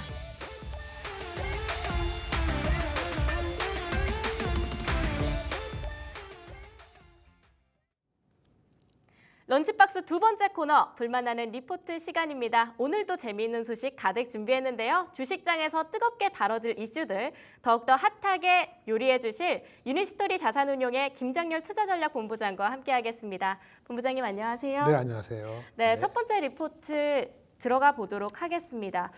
네, 올해 아무래도 저에게는 가장 또 충격적으로 다가왔던 네네. 영업이익으로서 엄청 주가가 많이 오르는구나라고 보여줬던 종목인데요. 네. HD 현대일렉트릭 소식입니다. 23일 깜짝 실적을 발표한 이후로 다른 전력 인프라 기업들의 주가까지 끌어올려줬었는데요. 아주 강세를 보여줬었습니다. 깜짝 실적이라도 이게 얼마나 놀랄만한 실적이었길래 네. 이렇게 그러게요. 큰 영향을 가져오는 건가요? 네, 조금 들여다볼까요? 네. 일단은 이 LS 투자증권에서 그 실적에 대한 정리를 했는데 네. YOY, QOQ, 매출 영업이익 모두 폭발적인 호조세다 이렇게 얘기를 했어요. 그래서 일단은 그 뭐 매출액이 9,169억 이게 그저께 나온 얘기인데 네. 영업이익이 2,100억인데 이익률이 높죠. 이익률이 꽤 높습니다. 이익이 높은 것이 가장 중요한 것이 이익률이 높다는 건데 이것이 옛날에 그 저가 제품이 좀 마무리되고 고가 제품으로의 어떤 그 수익 실현 시점이 이제 된 것 같아요. 네. 그래서 이런 흐름이라면 3분기, 4분기 매출 숫자가 요동치면서 전체적으로는 좀 내려갈 수는 있습니다만 2분기 워낙 좋아서 네. 이익률 자체는 높아진 이익률이 유지될 수 있다. 그래서 핵심은 두 가지인데 이분은 수익성이 서프라이즈였는데 그것이 구조적인 이슈이기 때문에 단순히 일회성은 아닌 것 같다. 이게 핵심이거든요. 이게 첫 번째고 그다음에 이유가 뭐냐 보면은 얘네들이 이제 매출이 이제 해외 수출이 좀 되는데요. 북미 매출이 꽤 올랐어요. 북미 비중이 쪽이요? 그렇죠. 미국이 투자를 많이 하면 거기에 수혜를 받는 그 전력 회사들이 있는데 북미 비중이 가장 높은 회사 중에 하나가 HD 현대 일렉트릭이거든요. 그래서 북미 비중이 35%로서 전분기 대비 한 6.8% 높아졌고요. 포인트. 그리고 그 다음에 중국이 있는데 중국도 비중이 중국이래. 죄송합니다. 중동이요. 중동 매출 비중도 조금 더 올라서 22.4%에서 이 중동과 북미 합한 매출 비중이 57% 되니까 상당히 큰 거죠. 그래서 그 패턴이 아주 중요하다고 느껴지고요. 그리고 이게 전력 기기라고 하면은 송전기, 배전기, 뭐 회전기기 여러 가지 형태가 있습니다. 네. 송전은 발전을 하고 나서 송전은 전선을 트랜스미션 보내는 거잖아요. 근데 이제 고압으로 해서 보내기 때문에 고압 배전기 이게 중요한데 그것이 실적을 이끌어온 거 맞는데 하반기에는 그거보다는 이제 회전 기기하고 배전 기기에 좀 변동성이 있어서 이익의 절대치는 3분기, 4분기가 2분기만큼은 아닐 거라고 얘기를 했어요.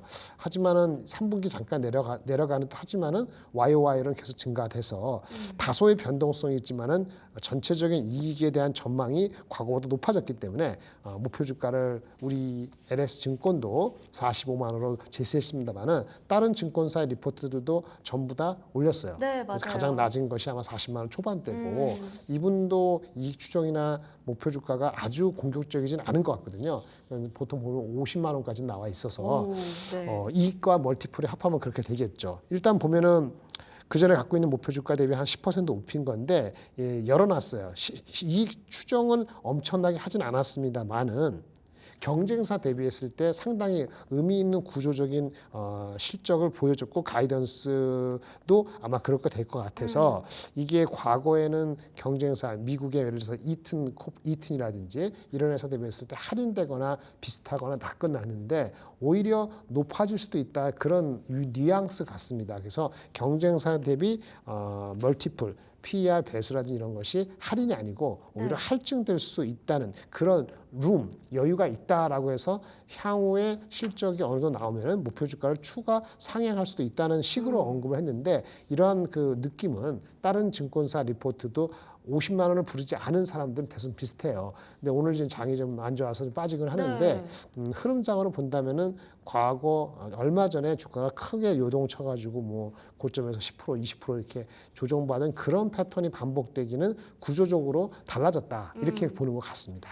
좀 정리를 해보자면 영업이익이 아무래도 컨센서스를 완전 초과하는 굉장히 좋은 이익으로 발표가 났기 때문에 이게 앞으로 구조적 호조로서 3분기, 4분기까지도 쭉 이어갈 수 있을 거라고 말씀 주신 것 같아요. 그러니까 YOY를. 하지만 네. 2분기가 워낙 좋아서 단기를 잠깐 플레이 하시는 분은 2분기보다 3분기가 더 좋냐? 그건 아니에요. 2분기, 3분기는 2분기보다 3분기, 3분기가 4분기는 2분기보다는 조금 네, 낮을 네. 수도 있다. 네, 특히나 3분기는 약간 내려갔다가 갈 수 있다. 그게 이제 제품의 구성에서 차지하는 구성 요소이 조금 달라서 그런 것 같습니다. 근데 오늘은 살짝 주가가 떨어지고 있는 것 같은데요. 그럼 네. 얘는 오늘 장이 좋지 않아서 잠깐 단기적인 조정이 들어간 거라고 봐도 되는 걸까요? 그거까지는 이제 회사의 뉴스가 없으면 그렇게 네. 볼 수밖에 없겠죠. 오늘 뭐 회사 자체에 대한 리포트가 어저께 실적 나오고 있지는 않을 거잖아요. 네. 그러면 이제 이익 실현, 차익 실현.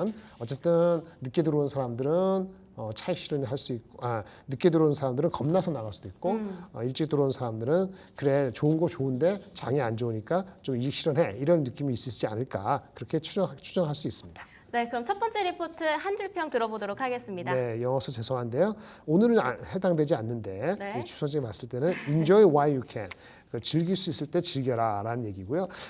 저는 개인적으로 이 종목이 섹터적으로는 어저께 알파벳이 실적 발표하면서 AI에 대한 투자를 과잉으로 투자하는 게 낫지 네. 과소 투자해서 기회를 놓치거나 경쟁한테 뒤지는 걸 두려워하는 그런 코멘트를 했거든요.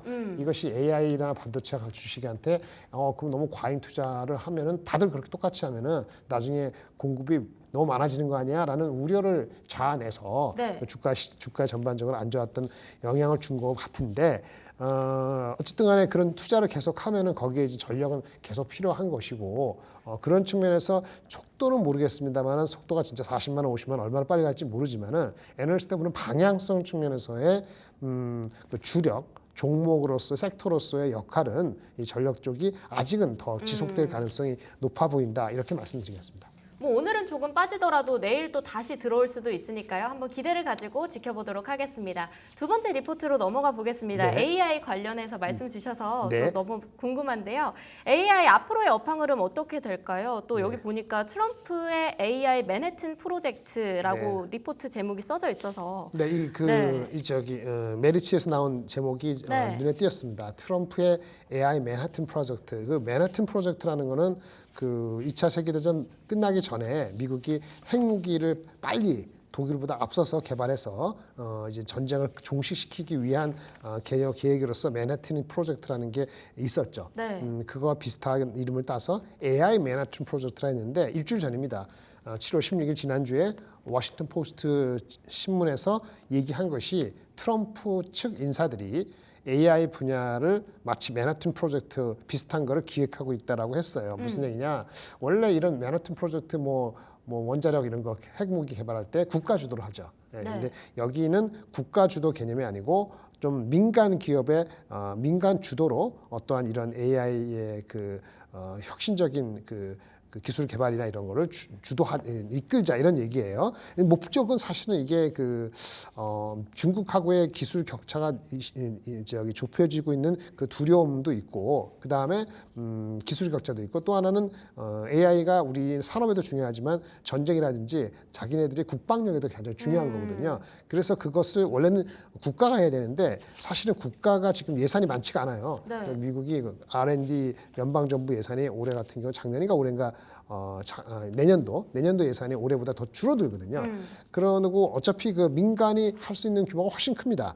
과거 30년 전에는 민간이나 국가나 대충 그래도 민간이 많았습니다만 정부보다 한 2배 많았는데 지금은 민간이 전체 그 R&D 투자가 우리 정부 투자보다 한 5배, 4배 정도 높아요. 어차피 그렇게 가고 정부의 R&D 예산도 줄어드는데 AI는 급한 게 아니고 AI에서 미국과 중국과의 격차는 더 좁아지고 있고 특히 어디든 보면은 정보통신의 소프트웨어 분야는 겨우 1년 반밖에 안 된다고 하는 얘기도 있거든요. 네. 그러니까 국가가 R&D 예산을 막팍 쓰기도 애매하고 그죠? 그다음에 격차도 좁혀오고 있고 그래서 민간 기업을 어떻게 뭔가 규제를 완화하거나 아니면 그 사람들을 유도하자 이런 개념으로서 그 트럼프 측에서 이른바 AI 맨하튼 프로젝트를 추진한다는 얘기예요. 그래서 핵심은 민간 주도고 민간 주도를 하려면은 네. 불필요하고 좀 부담스러운 어떤 규제를 완화해줘야지 촉진이 될 거 아닙니까? 그래서 사실은 이거는 중장기적으로 미국의 AI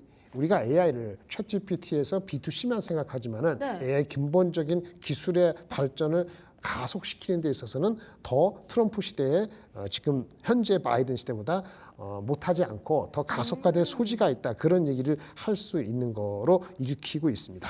진짜 의외라는 생각이 드는 리포트 내용이었는데요. 좀 제가 정리한 게 맞는지 한번 봐주세요. 네. 일단 미국의 재정 상황이 좋지 않기 때문에 민간 기업들 위주로 해가지고 AI 규제를 살짝 풀어주면서 네.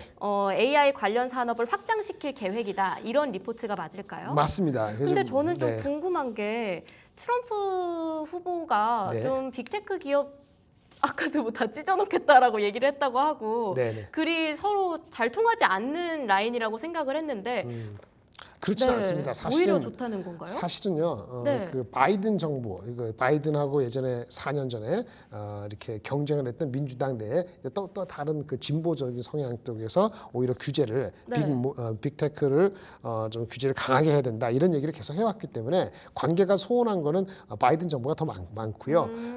이제 실리콘 이거 우파라고 하는데 이제 이쪽에 그 트럼프 쪽은 오늘 팔란티어의 회장이라고 피터 필이라고 있습니다. 있습니다. 이제 그분 같은 경우는 이제 그 여러 가지 벤처 캐피탈을 많이 유도한 사람인데 일론 머스크하고 친구뻘 되는 사람이고 이번에 그 부통령 벤스 부통령이라고 40살 된 젊은 분이 계시잖아요. 네. 그분을 벤처 캐피탈로 이끌었던 사람이 또 이 피터 틸이라는 유명한 그런 사람이에요. 근데 이런 사람하고 공화당이 굉장히 친합니다. 그래서 전반적으로는 팔란티어라는 그 기업 자체도 국방부와 계약을 맺고 있고 그 피터 틸이 회장이죠. 전반적으로 공화당의 그 사람들 개별적으로의 기업들하고의 관계는 상당히 좋은 편이고요. 다만 J.D. 벤스 부통령이 예전에 빅테크를 규제하는 걸 옹호한다는 코멘트를 한 게 있어서 이게 조금 헷갈릴 수는 있는데 기본적으로 빅테크의 M&A라든지 이런 거를 좀 맞고 이런 개념이지 AI나 뭐 기술을 개발하는 데 있어서의 자기도 벤처캐피탈 해왔으니까 그거를 반대하거나 그거에 규제를 하겠다 이런 식으로 단편적으로 볼 건 아닌 것 같아요. 그래서 좀 더 지켜봐야 되겠습니다만은 이런 전반적으로 트럼프 전체 측에서 AI 맨하튼 프로젝트를 기획하고 있다는 것 자체는 상당히 의미 있고 중요한 중장기적으로 AI를 끌고 가겠다는 개념을 더 확실했다 이렇게 볼 수 있겠습니다. 그럼 중장기적으로 봤을 때는 오히려 이번 이 프로젝트 내용이 호재가 될 수 있는 거네요. 빅테크 기업들한테는. 단기적인 주가에는 표시가 안 되겠죠. 단기적으로는 아까 말씀드린 것처럼 알파벳이 우리 120억 불 투자가 아니고 130억 불 투자해요. 그런데 그러면 ROE 투자해서 돈이 얼마 돼요 하니까 그거는 조금 기다려야 될 수도 있어요. 페이션탈리 참을성 있게 이런 말에 대해서 단기적인 주가는 더 흔들리는 거죠. 그래서 5% 이상 실적이 좋았음에도 불구하고 5% 이상 주가가 빠졌어요. 그런 케이스고 하이닉스도 아까 보다시피 지금 컨퍼런스 콜에서도 HBM으로 인해서 개적인 반도체 쇼티지 공급 부족 현상을 언급을 하고 실적도 부합했음에도 불구하고 아까 장중에는 10%까지 빠지는 이런 것이 일어나는 것이 주식시장에 단기적인 것도 있고 단기적인 게 아니더라도 투자자들이 미리 많이 들어가고 너무 배팅을 했으면 빠져나오는 수급에 의해서도 움직일 수 있기 때문에 그런 단기적인 거하고 지금 말씀드린 이런 프로젝트가 중장기적으로 베이스, 베드락 기반이 된다는 거하고는 조금은 지금 현재 입장에서는 이제 괴리가 있는 거죠. 그러면 우리 두 번째 리포트 한 줄 평 달아보고 마지막 리포트로 넘어가도록 네. 하겠습니다. 트럼프 트레이드라는 개념에서 우리가 뭐 여러 가지 화석 에너지 좋아하고 여러 가지 얘기하는데 네. AI가 탈락된 건 아니다. 이렇게 말씀드릴 수 있어서 AI가 빠질 리는 없잖아요. 이렇게 한번 적어봤습니다. 오히려 장기적으로 봤을 땐 AI 업황 흐름 왠지 굉장히 긍정적일 수도 있겠다라는 생각이 든 리포트였습니다. 마지막으로 AI 디바이스, AI 스마트폰에 관련된 리포트 살펴볼 텐데요. 네. 삼성전자가 뭐 AI 기능 탑재했던 S24로 네, 그렇습니다. 어찌 보면 선방을 쳤고 네. 지금 애플도 무섭게 치고 올라오고 있는 상황인데요. 동시에 스마트폰 판매량도 아주 빠르게 반등을 하고 있습니다. 다시 돌아온 스마트폰 사이클, 우리는 이 사이클에서 어떤 부분을 좀 주목해서 봐야 할까요? 이 리포트는 삼성증권에서 테크 리포트를 작성을 했는데요. 네. 제목이 거창합니다. AI 디바이스 사이클의 본질을 이해하자라고 했는데 어떤 사실은 본질이죠? 내용을 들여다보면 네. 긍정적인 톤은 아닙니다. 그저께 나왔고요. 이게 좀 더 일찍 알려드렸으면 좀 더 좋았을 거라는 생각이 드는데 아쉽긴 한데요. 일단은 AI를 탑재한 휴대폰, 이게 애플 얘기하는 건데 네. 애플이 상반기에 그나마 후반기에 들어와서 2분기 실적이 내일모레 발표됩니다만 일단 폰 자체가 그래도 회복했다 중국에서 이 얘기는 네. AI 없이 한 거거든요. AI 없이 했다는 건 뭐로 했냐? 가격을 낮춰서 판 거예요. 그래서 지금 현재는 가격이 낮춰서 파는 거 하나. 그러면 이제 본격적으로 AI 테마의 이슈가 되는 거는 애플이 아이폰 16이 나오는 올해 9월 달이죠. 9월 달에 기대가 있는데 이분은 좀 달리 보고 있어요. 그러니까 지금 아이폰 15 지금 팔고 있는 것이 가격을 낮춰서 팔았고 또는 그래서 아이폰 그 15의 플러스 뭐 이상 이런 것들이 사실은 9월부터 아이폰 16 나올 때 함께 AI를 탑재하게 돼 있는데 네. 지금 버전 아니잖아요. 그러니까 이미 수요가 앞당겨져서 흡수된 측면이 없지 않아 있기 때문에 아이폰 16이 AI로 해서 나오고 그래서 아이폰 15도 아이폰 15 플러스도 AI가 탑재된다고 9월부터 하더라도 이미 빠진 수요 때문에 생각보다 아이폰 그 16이 들어오면서의 판매량이 시장에 생각하는 것처럼 뭐 이게 한 9천만 대다, 얼마다, 작년보다 1,000만 대 늘어난다, 이런 개념을 낙관하지 않는다는 얘기예요. 그리고 AI가 탑재돼서 실질적으로 투자가 아니죠, 소비자들한테 의미 있게 폰으로서 기대할 수 있는 넘버가 나오는 거는 내년도라는 얘기죠. 그래서 그것에 대한 어떤 심리 좀 완화, 이런 정도의 리포트라고 보시면 될 것 같아서, 중요한 건 올해는 AI 서비스가 그다지 접목되지 않고, 애플 같은 경우도 아이폰 16 나오잖아요. AI 들어가는데 영어권 외 비영어권에는 판매가 안 해요. 그러니까 아이폰 16이 안 나온다는 게 아니고 네. 비영어권의 대부분의 경우는 AI가 탑재가 안 된다고 합니다. 단기적으로 봤을 땐 확실히 AI로 인한 수익을 크게 기대해 볼 수는 없겠네요. 네. 그래서 일단 애플의 아이폰 실적 자체를 중심으로 한 다음 주 8월 1일 날 실적 자체가 수치적으로는 퀀티티는 크게 문제가 없을지 모르겠습니다만, 네. 어저께 그 테슬라 같은 경우에 출하량에 문제가 없었지만 가격을 저가로 팔 수밖에 없는 중국에서 상황 때문에 팔리긴 했는데 마진이 안 좋았잖아요. 조금 걱정되지는, 체크해 볼 거는 애플도 출하량은 좋았음에도 불구하고 가격을 낮춰서 파는 거고, 아직 AI가 아니죠. 그걸로 인해서 실적이 나온 거라면 생각보다 이 바텀 라인은 그다지 썩 해피하게 안 나올 가능성이 없지 않아 있다. 어저께 테슬라 보면서 이런 것도 좀 경계심을 불러일으키는 거기 때문에, 이거는 리포트는 AIDS 본질이라는 거는 여기서는 그래서 그런 사람들이 이분이 얘기하는 순간에 다 인식이 된 건데, 네. 어떻게 이제 다른 이슈 때문에 AI 관련된 반드시 빠졌는데, 9월 정도 실제 애플의 아이폰이 16이 9월 이후에 어떻게 반응에 따라서 주식시장에서는 조금 엇갈린 방향이 예상된다는 게 이분 리포트의 포인트거든요. 주가는 빨리 반응하죠. 네. 그렇다면 지금 반영하는 거잖아요. 그래서 오늘 같은 경우도 물론 다른 여건 때문에 LG 이노텍도 내려갑니다만은 애플도 좀 맞았는데, 그러한 가능성을 염두에 두는 리포트이고요. 그 화웨이 같은 경우는 우리가 무시했지만은 얘네들은 결국은 폴더블 폰도 2번 접는 폴더블 폰이 나온다고 하고, 맞아요. 여러 가지 고가 정책을 유지하기 때문에 네. 출하량은 뭐 나쁘더라도 얘네들은 또 나름대로 계속 성장을 하고 있다, 이런 얘기를 하고 있어서, 이분은 LG 이노텍보다는 오히려 삼성 전기 쪽을 조금 더 수혜라기보다는 삼성 전기가 AI를 탑재하는 휴대폰 PC에 MLCC 수급이 좋아진다는 관점에서 그쪽을 좋게 생각했는데, 맞는 말씀인데, 만약 애플이 이슈가 되고 생각보다 많이 안 가면은 삼성 전기도 잘 안 가요. 전체적으로는 좀 그렇게 긍정적이지 않은 건데, 미래를 위해서 이런 리포트는 차분히 한번 읽어보실 필요는 있겠다 싶어서 소개시켜 드리는 겁니다. 올해 애플의 반등은 아무래도 할인 정책으로 인한 잠깐의 지금까지. 그런 걸 가능성이 크고, AI 탑재 서비스로서 어떤 큰 수익은 내년쯤부터 기대해 볼 수 있다, 이렇게 말씀해 주신 것 같습니다. 한 줄 평 들어보겠습니다. 한 줄 평은, 그래서 일단 우리가 목도하는 거는 가격이, 휴대폰 얘기입니다. 가격이 싸야 팔린다는 것. 네. AI가 돼야 팔리는데, 그러면 AI가 되면은 비싸도 사줄 거라는 기대는 갖는다. 근데 그게 지금이냐 내년이냐. 내년이 가능성이 있다? 주가에 미리 반영됐으면 네. 일단 좀 이렇게 조정 받고 가야 되느냐, 그런 지금 기로에 서 있다라고 말씀을 드릴 수 있겠습니다.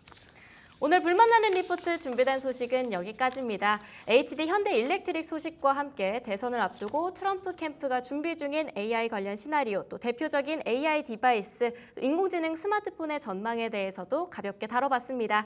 유니스토리 자산운용 김장렬 투자전략본부장과 함께했습니다. 고맙습니다. 감사합니다.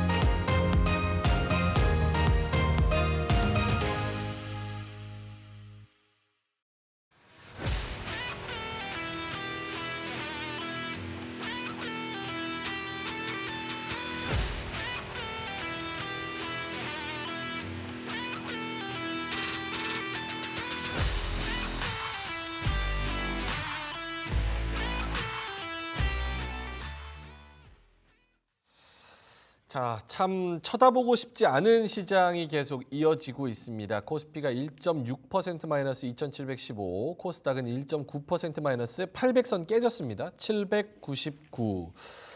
점검을 해봐야 될 텐데요. 두 분 모시겠습니다. M인베스트먼트 이주연 대표님, 나무인베스트의 신혁승 이사님 모시겠습니다. 어서 오세요. 안녕하세요.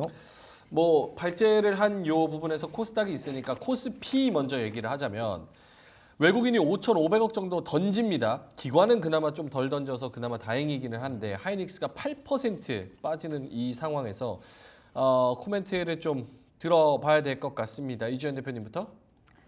네, 일단은 시장이 좀 많이 메롱입니다. 네. 그래서 일단은 뭐 SK 하이닉스 실적 발표 이후에 좀 방향성이 중요했는데 뭐 괜찮게 나왔습니다. SK 실적 발표가 괜찮게 나왔는데 불구하고 일단은 시장에서 기대하는 그 기대치 자체가 굉장히 높았기 때문에 기대치를 부합시켜주지 못했다라는 이유로 조금 더 크게 떨어지고 있다라고 보시면 좋을 것 같습니다.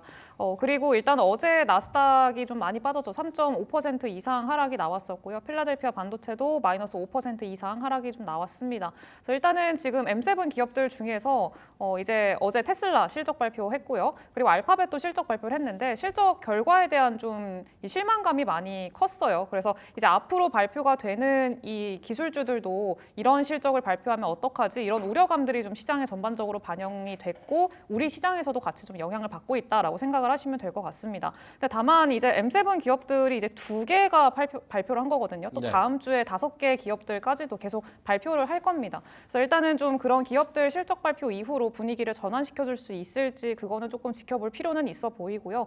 일단 시장이 빠지니까 이제 빠지면 계속 빠질 것 같거든요. 근데 너무 그런 공포에 매몰될 필요는 없을 것 같고 뭐 외부적인 환경이라던가 펀더멘털 상으로 어떤 훼손이 없는데도 불구하고 주가가 흘러내리고 있는 그런 종목들 같은 경우에는 오히려 좀 째려보고 있다가 좀 담아가시는 전략으로 가져가셔도 좋을 만한 그런 시장이다. 이렇게 말씀드리겠습니다. 결국 숫자가 찍히고 성장성이 있는 종목들 위주로 그 본질을 보자라는 게 핵심인 것 같습니다. 신혁승 이사님. 네, 뭐 안 좋죠. 뭐 굉장히 안 좋고 지난주에 나왔을 때 시장이 시궁창이라고 얘기를 했는데 네. 그 이후에 뭐 완전히 진짜 추풍 낙엽입니다. 그러니까요. 네, 그래서 굉장히 좀 시장을 좀 안 좋게 보고 있었는데 하여튼 뭐 모르겠습니다. 지금 상황에서 뭐 낙폭과대 이런 거는 제가 볼 때 의미가 없고 그냥 조금 시장을 인정하고 좀 대응하시는 게 맞다. 뭐 현금 비중 좀 늘리는 게 맞는 것 같고. 지금이라도.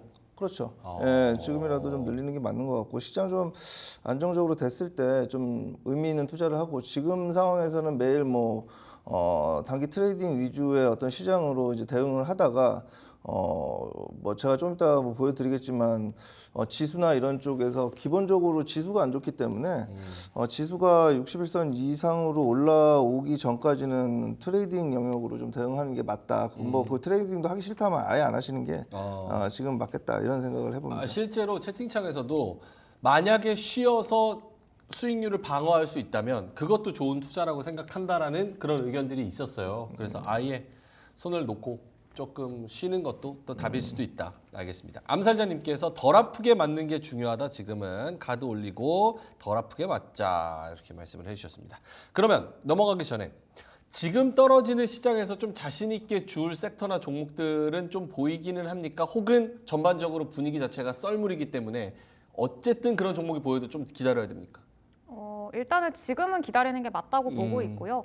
좀 주어야 될까라고 좀 째려보고 있는 종목들은 대부분 제약바이오 종목들이기는 합니다. 제 기준에서 봤을 때는. 그래서 일단은 오늘의 미국 증시가 어떻게 흘러갈지도 좀 지켜볼 필요는 있어 보이는데 이게 단기간 안에 뭐 오늘 하루 이틀 만에 이 시장이 안정화가 되고 다시 또 급반등이 나올 거다 이렇게 기대를 하기에는 아직까지는 좀 그런 기미는 보이고 있지는 않기 때문에 천천히 좀 지켜보시면서 시장의 분위기가 어떻게 흘러가는지 좀 관망할 필요는 있어 보이고요. 그리고 기존에 사실 그동안에 시간에 좀 주도주로서 역할을 했던 종목군들이 좀 신고가 쓰고 올라가는 종목들이 굉장히 많았었거든요. 네네. 예를 들면 뭐 반도체는 당연한 거고 뭐 전력기기라던가 그리고 뭐 방산이라던가 이런 업종들 중에서 잘 가던 종목들 같은 경우에는 아마 대부분이 수익이셨을 것 같아요. 뭐 신고가 부근이었으니까. 근데 그런 종목군들 같은 경우에는 좀 타이트하게 수익 실현 가격들 좀 정해 놓으시고요. 그거 좀 깨게 된다라고 하면은 일부라도 좀 종목 그 이제 챙겨 놓으시는 거, 수익 챙겨 놓으시는 거를 좀 당부를 드리고 싶어요. 지금은 조금 뭐 털렸다 간다라고 하더라도 지금은 어느 정도 보수적으로 안정적으로 챙겨 놔야 되는 그런 시장이기 때문에 이제 그런 것들을 좀 참고를 하셔가지고 지금 시장에서 좀 이게 대응을 하시면 좋겠다 이렇게 말씀드리고 싶습니다. 노려볼 만한 섹터는 제약바이오 보이기는 하지만 전반적으로 지금 분위기가 다 무겁기 때문에 바로 적극적으로 들어가기보다는 조금 여유를 가지고 알겠습니다. 앨리스 정님께서 저는 아예 밖에 나왔어요. 오늘 장은 관망만 하렵니다. 엄마랑 돈가스 먹으러 갈래요. 이렇게 말씀을 하셔가지고 이럴 때는 진짜 답 없습니다. 맛있는 거 먹고 그냥 뭐 산책도 하면서 네. 운동하고 TV도 보고 네. 그러고 그냥 떠나 있는 게 답이지. 그렇죠? 그 뭐 방송 여러 경제 TV에서 뭐 어차피 방송을 해야 되니까 네. 사실은 뭐 전문가분들도 나오시고 이렇게 다 뭐 하고 있지만요. 네. 개인적으로는 뭐 지금 시장에서는 뭐 지금 낙폭과대 저가 매수 이런 주식 투자법을 제가 굉장히 안 좋아하거든요. 저번 주에도 저번 주가 저저번 주에도 말씀드렸지만 주식이 싸게 사서 비싸게 파는 게 아니고 비싸게 사서 더 비싸게 파는 거라고 생각을 하기 때문에 네네. 지금 뭐 그리고 어디 낙폭 과대라고 하면 그게 낙폭 과대면 그게 다 이유가 있을 거 아니겠어요? 낙폭과대 대표주 있어요. 이마트, 카카오 이런 애들. 네, 그때도 우리 카카오 한번 얘기했죠. 답 없다고. 네네. 네, 근데 하여튼 평단 14만 원. 그런데 하여튼 네. 이제 좀 제가 볼 때는 지금 좀 여유 있게 조금 뭐 여유는 없으시겠지만 모두 그 좀 지켜보시는 것이 낫지 않나 이런 생각을 좀 해봅니다. 경제방송도 파격적으로 이런 날에는 약간 임시 휴업해가지고 샷다 내리고 다른 거 괜찮은 VCR 것 돌리고 같아요. 이런 게 좋죠? 네. 알겠습니다. 저희가 선두에 서보겠습니다. 자, 알겠습니다. 그럼 두 분과 함께 어쨌든 뭐 나오셨으니까 얘기하기 싫으시더라도 한번 어쨌든 한국은행 가야 되니까 네, 일단 해야죠. 오셨으니까 네. 이왕 온 겸 네. 한번 이야기를 해보겠습니다. 신혁승 이사님이 발제하신 첫 번째 주제부터 이야기해보죠. 코스피 얘기는 했고 코스닥 800선 붕괴에 대한 이야기를 해볼게요. 2월 6일 이후 5개월 만에 사실은 2차 전지 무너지고 반도체 소부장 무너지고 제약바이오가 오르더라도 그 비중은 엄청 크지 않기 때문에 코스닥이 무너지는 게 당연합니다. 그래서 798포인트 하락폭을 더 넓혀가고 있는 상황이고 거래량도 사실은 크지 않아요. 어제 제약바이오도 거래량이 조금 나오기는 했지만 전체적인 거래량은 지금 말라있는 상태고 그러니까 지수가 더 많이 밀린다는 생각을 굉장히 많이 합니다. 신혁승 이사님 어떤 얘기를 해주시겠어요? 코스닥 800선 붕괴. 굉장히 힘든 상황입니다. 뭐 제가 개인적으로 이렇게 코스닥 좋아하고 그런 상황에서 이게 지금 코스닥이 안 좋기 때문에 뭐 특별히 드릴 말씀이 없는데 우리나라 시장은 뭐 생각해 보면 결국에는 이제 그 2차 전지의 작년에 2차 전지의 급등으로 인해서 시장이 좀 너무 많이 왜곡이 됐던 것 같아요. 2차 전지 섹터가 올해 이제 하락을 하면서 뭐 반도체나 뭐 바이오 기업들이 좋았음에도 불구하고 시장이 못 가는 그런 형국을 나타냈기 때문에 좀 2차 전지 섹터가 좀 반등을 좀 해줬으면 좋겠다 이런 생각은 지금도 좀 해보고 있는데 그래야 우리가 지수가 가서 시장에 수급이 좀 들어오고 여러 섹터가 이제 다 같이 동반 상승하는 그런 장을 기대해 보겠는데 그런 시장이 좀 안 돼서 좀 안타깝습니다. 뭐 제가 계속 안 좋다고 계속 얘기를 하는데 네. 뭐 지금 뭐 그냥 차트 한번 제가 한번 떼어놨거든요. 네. 한번 볼 수 있을까요? 네. 이거 보는데 제가 원래 종목을 매수하거나 그 시장을 보거나 할 때 가장 중요하게 여기는 게 시장의 60일선입니다. 61선. 네, 근데 지금 코스닥 지수가 지금 61선 이탈해갖고 지금 엄청 많이 내려와 있는 상황이에요. 저 빨간 게 61선이에요? 네, 그래서 아예 그냥 두껍게 해놓고 살아요. 어. 그런데 지금 이 밑으로 내려와서는 저는 거의 주식 비중을 좀 줄이는 게 맞다고 생각을 하고 네. 이 위에 있을 때 주식 비중을 늘리는 게 맞다고 생각하는데 종목도 마찬가지입니다. 60선 밑에 있는 종목은 가급적 안 하는 게 낫고 그런데 지금 상황이 워낙 안 좋고 코스피 같은 경우도 제가 볼 때는 뭐 오늘 한 방에 그냥 이탈을 했어요. 어제까지는 뭐 지지되는 듯해 보이지만 이거 회복하기가 매우 좀 힘들지 않을까 뭐 이런 생각을 하기 때문에 그래서 계속 트레이딩 영역이라고 말씀을 드리는 거고 그래서 이 61선 회복 이후에 좀 어느 정도 안정화되는 걸 보고 그때 이제 의미 있게 주식을 하는 게 낫지 않나. 지금은 제가 볼 때는 너무 안 좋고요. 그 미국 시장이 지금 기대할 것은 미국 시장이 좀 이제 하락을 하면서 이제 금리 인하 시그널이나 뭐 이런 것들이 나오면서 우리나라 신흥국으로 좀 자금이 유입되는 거 그거 하나 기대해 볼 만한데 과연 또 그것도 그럴까 막 이런 생각이 좀 들기 시작합니다. 또 금리 인하를 또 하게 되면 또 금리 인하를 하는 이유는 그 경기가 둔화된다 뭐 이런 얘기가 또 분명히 나올 것이고 그렇다면은 과연 시장이 또 갈 수 있을까 뭐 이런 생각도 하기 때문에 일단 뭐 좀 늦은 감은 있지만 지금이라도 조금은 이제 좀 그 비중을 조금 줄이면서 주식 비중을 좀 줄이면서 대응하는 게 지금이라도 좀 맞지 않나 계속 뭐 이런 말씀들 뭐 타 방송에서는 자꾸 낙폭과되고 뭐 저점 지금은 충분히 가격 메리트가 있다라고 하는데 글쎄요 뭐 그런 생각을 해봅니다. 오케이, 알겠습니다. 이주연 대표님한테도 약간 역발상으로 코스닥에서 뭐 2차 전지주나 혹은 반도체 소부장 관련주들 얘네가 죽으면 결국 여기 코스닥 시장에서 노는 그 자금들은 제약바이오 쪽으로 조금 더 쏠려서 그쪽에 집중하시는 분들은 오히려 조금 더 좋은 거 아닌가? 이런 생각이 드는데 맞나요?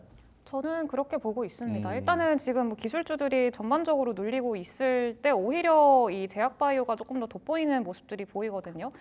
그리고 어제 미국 증시도 봤을 때 뭐 전체적으로 나스닥도 뭐 3% 넘게 빠지고 다 급락이 떨어졌을 당시에도 제약바이오 기업들은 나름대로 잘 버텨줬습니다. 뭐 좋았고요. J&J도 플러스 상승 마감했었고요. 네, 그런 점들을 봤을 때 일단은 제약바이오 같은 경우에는 여전히 좀 기대감이 유효하다라고 좀 볼 수가 있는 거고 다만 뭐 코스닥 전체적인 시장으로 봤을 때는 지수로 봤을 때는 사실 글쎄요 코스닥은 좀 아직 2차 전지에 대한 좀 저의 그 견해 자체가 그렇게 긍정적이지는 못하기 때문에 일단은 전체적인 지수를 끌어갈 수 있을 만한 뭐 2차 전지는 조금 좀 쉬어가는 게 그리고 좀 더 지켜보는 게 맞다라고 생각이 들고 제약바이오 안에서도 지금 제약바이오 기업들이 이제 몇 년 전이랑 너무 그 위상이 많이 달라졌거든요. 기술의 격차도 정말 좀 많이 양극화돼 있는 그런 상황이고요. 그렇기 때문에 모든 제약바이오가 아니라 일부 선별적으로 좀 괜찮은 실적이 아니죠. 이 괜찮은 기술력을 보유를 하고 있고 실제로 기술 이전이라던가 이런 것들로 인해서 그런 것들이 좀 확인이 돼 있는 그런 종목군들 중심으로 좀 가지고 간다라고 한다면은 지금 시장에서 충분히 좀 방어력 있는 포트를 구성을 했다라고 볼 수 있지 않을까 이렇게 생각을 하고 있습니다. 알겠습니다. 제약바이오를 산다면은 그럼 코스피에 있는 제약바이오 좀 튼튼한 애들 사는 게 나을까요? 아니면 탄력성이 좋은 코스닥의 제약바이오 사는 게 나을까요? 사실 뭐 코스피에 있는 종목이든 코스닥에 있는 종목이든 그건 중요한 게 상관없다. 아니고요. 네, 그냥 종목이 중요합니다. 삼바 괜찮아요? 삼바 좋습니다. 삼바 좋아요. 네. 알겠습니다. 신혁승 기사님, 코스닥 뭐가 문제입니까? 무분별한 IPO 혹은 뭐 너무 자주 하는 유증? 저는 뭐 서두에 말씀드렸지만 2차 전지가 다 배려놨다 이렇게 봅니다. 수급이 많이 꼬였다. 이게 2차 전지가 작년에 비이성적으로 많이 이제 급등을 하면서 네. 뭐 이것들이 이제 올해 많이 좀 안 좋았잖아요. 사실 2차 전지만 빼고 보면 뭐 바이오나 반도체나 이런 거 보면은요. 또 시장이 또 올랐어요. 생각을 해보면. 근데 이제 2차 전지가 뭐 에코프로, 에코프로가 워낙 위에서 뚱뚱하게 자리 잡고 있으니까 그렇죠. 그 뚱뚱이들을 지금 뭐 밑에서 뭐 날씬한 애들이 조금 살찌운다고 그거를 할 수가 없으니까요. 그렇죠. 이게 지금 시장이 너무 왜곡됐다. 좀 이렇게 생각을 합니다. 뭐 좀 그런 관점에서 시장이 좀 회복되기 위해서는 뭐 계속 말씀드리지만 미어도 다시 한번 2차 전지가 조금 반등을 해서 시장을 좀 안정을 시켜야 이게 좀 의미가 있을 것 같다 이런 생각을 좀 해보고 뭐 제 얘기를 좀 듣고 있는지 또 그나마 에코프로가 좀 오르고 있는데 네. 그래서 하여튼 저는 하반기에 시장이 좋아지기 위해서는 2차 전지 섹터가 좀 어느 정도는 좀 올라줘야 된다 이렇게 보고 있고 뭐 좋은 뭐 섹터로는 계속 뭐 매주 나와서 말씀드리지만 바이오 섹터 바이오. 종목은 뭐 결국에는 우리가 좋은 종목들 다 있잖아요. 군으로 뭐 대장 섹터들 뭐 알테오젠, 펩트론, 뭐 삼천당제약, 리가켄바이오, 뭐 ABL바이오, 한올바이오, 뭐 퓨처캠 뭐 여러 가지가 있는데 하여튼 네. 그런 좀 이름 꽤나 좀 있는 그런 종목들을 해도 충분하지 않나 뭐 이런 생각을 해봅니다. 오케이. 알겠습니다. 이주연 대표님한테도 종목 하나 받고 제약바이오 말씀을 하셨으니까 제약바이오 노려볼 수 있는 약간 여유 있게 살금살금 접근할 수 있는 종목? 지금 저는 알테오젠 알테? 가장 좀 탑픽으로 생각을 하고 있고요. 말씀하셨다시피 리가켄 바이오, ABL 바이오 이쪽은 이제 바이오 플랫폼 쪽에서 보시면 되고 삼성 바이오로직스 그리고 셀트리온까지 보시면 좋을 것 같아요. 알겠습니다. 셀트리온, 알테오젠 이런 종목들, 제약바이오 두 분의 의견이 같습니다. 이제 코스닥 뭐 붕괴되고 뭐 이런 거랑 상관없이 어쨌든 야금야금 조금 접촉을 해볼 수 있는 그런 종목들은 제약바이오 쪽에서 한번 노려보자. 알겠습니다. 그럼 두 번째 주제로 넘어가는데요. 이주연 대표님이 발제해서 가져오신 주제입니다. 보여주시죠. 하이닉스 20만 원 붕괴. 20만 원이 문제가 아니라 지금 19만 원도 밀리게 생겼어요. 그래서 호실적도 무용지물이다. 개인적인 생각으로는 이주연 대표님 네. 매우 억울하다는 생각이 듭니다. 매출도 역대 최대, 네. 실적도 영업이익도 5조 5천억. 요 정도면 사실은 밀릴 게 아닌데 뭐 기대치가 높았다 뭐 이렇게 얘기는 하지만 어쨌든 그렇다고 8% 밀릴 겁니까? 이거 뭐 아니잖아요. 이거는 이거 어떻게 바라봐야 되는 건지. 네, 일단은 이번 실적은 말씀하셨다시피 영업이익이 5조 4천억 원 정도 나왔습니다. 근데 기존에 제가 이전부터 말씀을 드렸었는데 SK 하이닉스는 영업이익 한 6조 원까지도 얘기가 나오고 있는 상황이었었기 때문에 그 6조 원 이상을 만들어주지 않으면은 아마 시장에서는 분명히 실망감이 좀 있을 거다라고 말씀을 드린 적이 있습니다. 근데 일단은 SK 하이닉스가 물론 실적이 잘 나오긴 했어요. 매출액도 뭐 전년 동기 대비해서 120% 늘었고요. 그리고 뭐 당기 순이익도 전기 대비해서는 110% 이상 또 늘어난 채로도 발표를 하기도 했습니다. 근데 다만 이제 말씀을 드렸다시피 시장의 눈높이가 너무 높았고요. 최근에 우리 TSMC 실적 발표 이후에도 호실적을 발표를 했음에도 불구하고 이제 그 주가가 그렇게 반응이 없었거든요. 그래서 일단은 시장의 눈높이가 너무 높아져 있는 상황에서 추가적인 어떤 좀 동력에 대한 기대감이 현재 있는 상황인데 그런 것들이 없다 보니까 그리고 기존에 좀 어느 정도 기대감이 반영이 돼 있는 상황이다 보니까 오히려 조금 매도를 하는 그런 상황이라고 보시면 좋을 것 같습니다. 근데 다만 좀 어떤 뭐 외부적인 뭐 악재가 있냐 그리고 기업적인 가치에 훼손이 있었냐라고 한다면 그런 거는 전혀 아니거든요. 이번에 SK 하이닉스도 이제 3분기부터 본격적으로 12단 제품 HBM3 12단 제품 좀 이제 그 양산을 할 걸로 네네. 얘기가 되고 있는 상황이고요. 4분기부터는 고객사 향으로 이제 또 이제 나간다고 합니다. 근데 그렇게 되면은 지금 이번에 실적 발표 상으로 보면 HBM3E가 이제 HBM 전체 매출의 절반 정도 이상을 담당을 하고 있습니다. 그러면 HBM 12단까지 이제 판매가 되게 되면은 또 외형 확장이나 이런 것들을 또 충분히 기대해 볼 수 있을 만한 그런 상황이기 때문에 그런 점들은 좀 긍정적인 내용입니다만 시장에서는 그렇게 크게 네, 일단은 반응을 하고 있지는 않은 상황 그리고 이미 선반영됐다라고 크게 반응하고 있습니다. 아래쪽으로. 네.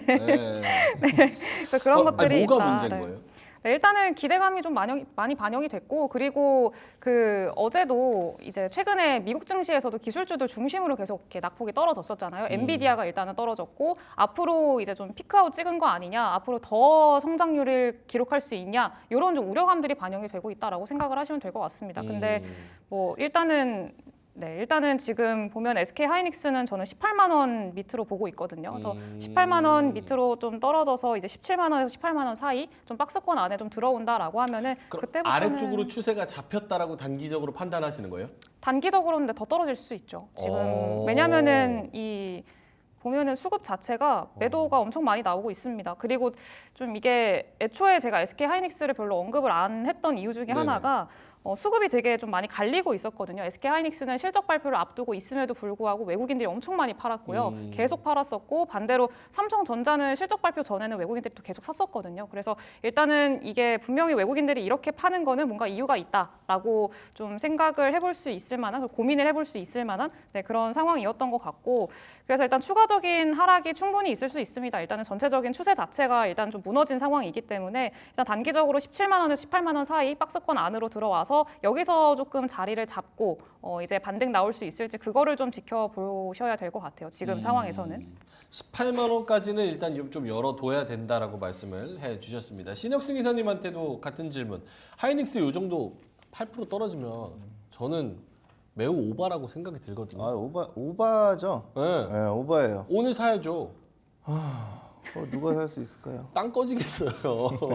아니 근데 네. 진짜 우리나라 시장 진짜 소위 말해서 진짜 쓰레기인 게 이게 지금 그 SK 하이닉스 지금 2주 전만 해도 30만 원을 가는 뭐 에포트 30만 그러니까요. 35만 원까지 나오지 않았어요? 네, 그 난리를 치다가 야, 이거는 아니지. 여기서 일단 사단이 났고 네. 또 뭐 현대차도 뭐 30만 원을 넘네 만에 또 뭐 그러니까요. 그러다가 사단 나고 네. 뭐 삼성전자 뭐 인제 10만 원 가네 어쩌네 누릴 때 그때 파업하고 어쩌고 그랬을 때도 뭐 그러더니 뭐 뭐 사단 나고 그러니까 안 돼요. 내가 볼 때 되질 않고 그래서 제가 볼 때는 지금 어차피 지금 SK 하이닉스 같은 경우는 우리가 기업의 내용, 어떤 실적적인 측면 이런 것들은 전문가들이 다 알고 있다라고 생각을 해야 돼요. 저는 일단 그렇게 봅니다. 제가 아는 것도 별로 없고 주식에 대해서 뭐 그렇게 많이 알고 있지 않지만 뭐 SK 하이닉스가 뭐 실적이 늘어나고 뭐가 나갈 게 있고 뭐가 앞으로도 잘 되고 이거 누가 모르겠어요. 근데 왜 주식이 이렇게 빠질까? 그거는 진짜 더 잘 알고 있는 사람들이 이 주식을 이렇게 보고 있다라고 우리가 생각을 하면 될 거다. 이렇게 좀 심플하게 생각하고 지금은 뭐 제가 계속 말씀드리지만 이미 21만 원 정도가 저는 이제 마지노선이라고 봤는데 여기 회복하기 전까지는 뭐 이주환 대표님 말씀 안 맞다나 뭐 더 하락할 수도 있고 이게 뭐 어디까지 할지 어떻게 알아요. 엔비디아가 예를 들어서 실적 발표 후에 한 번 더 덜컹이 나온다고 했을 때 SK 하이닉스가 뭐 멀쩡히 있을 수 있을까 뭐 이런 생각을 해보고 그래서 하여튼 조금 부정적으로 봅니다. 일단 기본적으로 시장을 부정적으로 종목보다도 지금 시장을 너무 부정적으로 보고 있기 때문에 지금 이 종목도 시장의 한 가운데 있는 종목으로서 조금 좀 그렇다. 물론 지금 사고는 쉽죠. 저도 뭐 이 가격대에서 조금씩 분할 매수해갖고 좀 해보면은 하겠지만 여기서 예를 들어서 19만 원대에서 사서 한 21만 원, 22만 원 뭐 한 10% 먹었다고 했을 때 또 그때 또 팔 수 있을까? 막 이런 생각이 드니까 좀 걱정스럽습니다. 그렇네요. 아니 내용은 너무 좋은데 이게 이렇게 떨어지니까 내가 생각하는 정상적인 상식적인 시나리오랑 주가는 딴 데로 움직이고 네. 특히나 외국인이 최근 며칠 동안에 너무 많이 팔았던 것들이 얘는 왜 팔지? 왜 팔지 했는데 역시나 아니나 다를까 오늘 실적 발표하고 또 이렇게 8% 넘게 떨어지는 컨퍼런스 콜에서는 하이닉스의 AI 서버 성장률 20% 중반 또 HBM 중심 생산으로 D램 캐파 여전히 축소 HBM 전력량 개선 속도 4년 앞당긴다. 야, 이렇게 좋은 내용들이 막 나오는데도 전혀 반응을 하지 못하고 있는 억울한 상황입니다. 알겠습니다. 하이닉스나 혹은 한미반도체, 반도체 소부장을 갖고 있는 분들한테 코멘트를 하나씩 해주신다면 신혁승 이사님부터. 네, 지금 어려운 상황입니다. 여러분들이 걱정하고 계시는 그런 부분들이 본인의 종목의 문제라기보다는 또 한편으로는 엔비디아가 또 이제 실적 발표하고 또 이제 또 그런 게 있을 텐데 엔비디아 오를 때는 잘 못 오르고 있다가 엔비디아가 덜컹거리기 시작하면은 우리나라는 더 크게 충격을 받는 이런 모습 때문에 엔비디아의 움직임을 보면은 예사롭지가 또 않거든요. 또 제가 우리 그때 말씀 나누지 않으셨습니까? 그 뭐 아줌마들도 많이 이제 뭐 우리나라 사람들이 고점에서 너무 많이 사기 시작한다라고 경고를 분명히 했는데. 네. 근데 이제 그런 모습들이 나오니까 실제로 그러니까 좀 걱정스럽습니다. 그래서 일단 뭐 엔비디아가 실적이 잘 나오고 향후에 어떤 코멘트나 이런 게 더 좋아갖고 좀 반등을 좀 주면서 우리나라 시장이 안정되고 1차적으로 하이닉스랑 한미반도체 뭐 이런 종목들이 좀 바닥을 잡아줘야 좀 그 뒤부터 좀 대응할 수 있지 않을까 이런 말씀 좀 드리고 싶네요. 알겠습니다. 일단은 여러 가지 혼돈의 변수들이 지나가고 나서 조금 안정화가 되는 그런 맞아야 되는 그런 시간이 지나가고 있는 거다. 알겠습니다. 이주연 대표님은요? 네, 일단은 조금 비가 올 때는 피해야 되는 게 맞다라고 생각을 하고 있는데 어디로 피해요?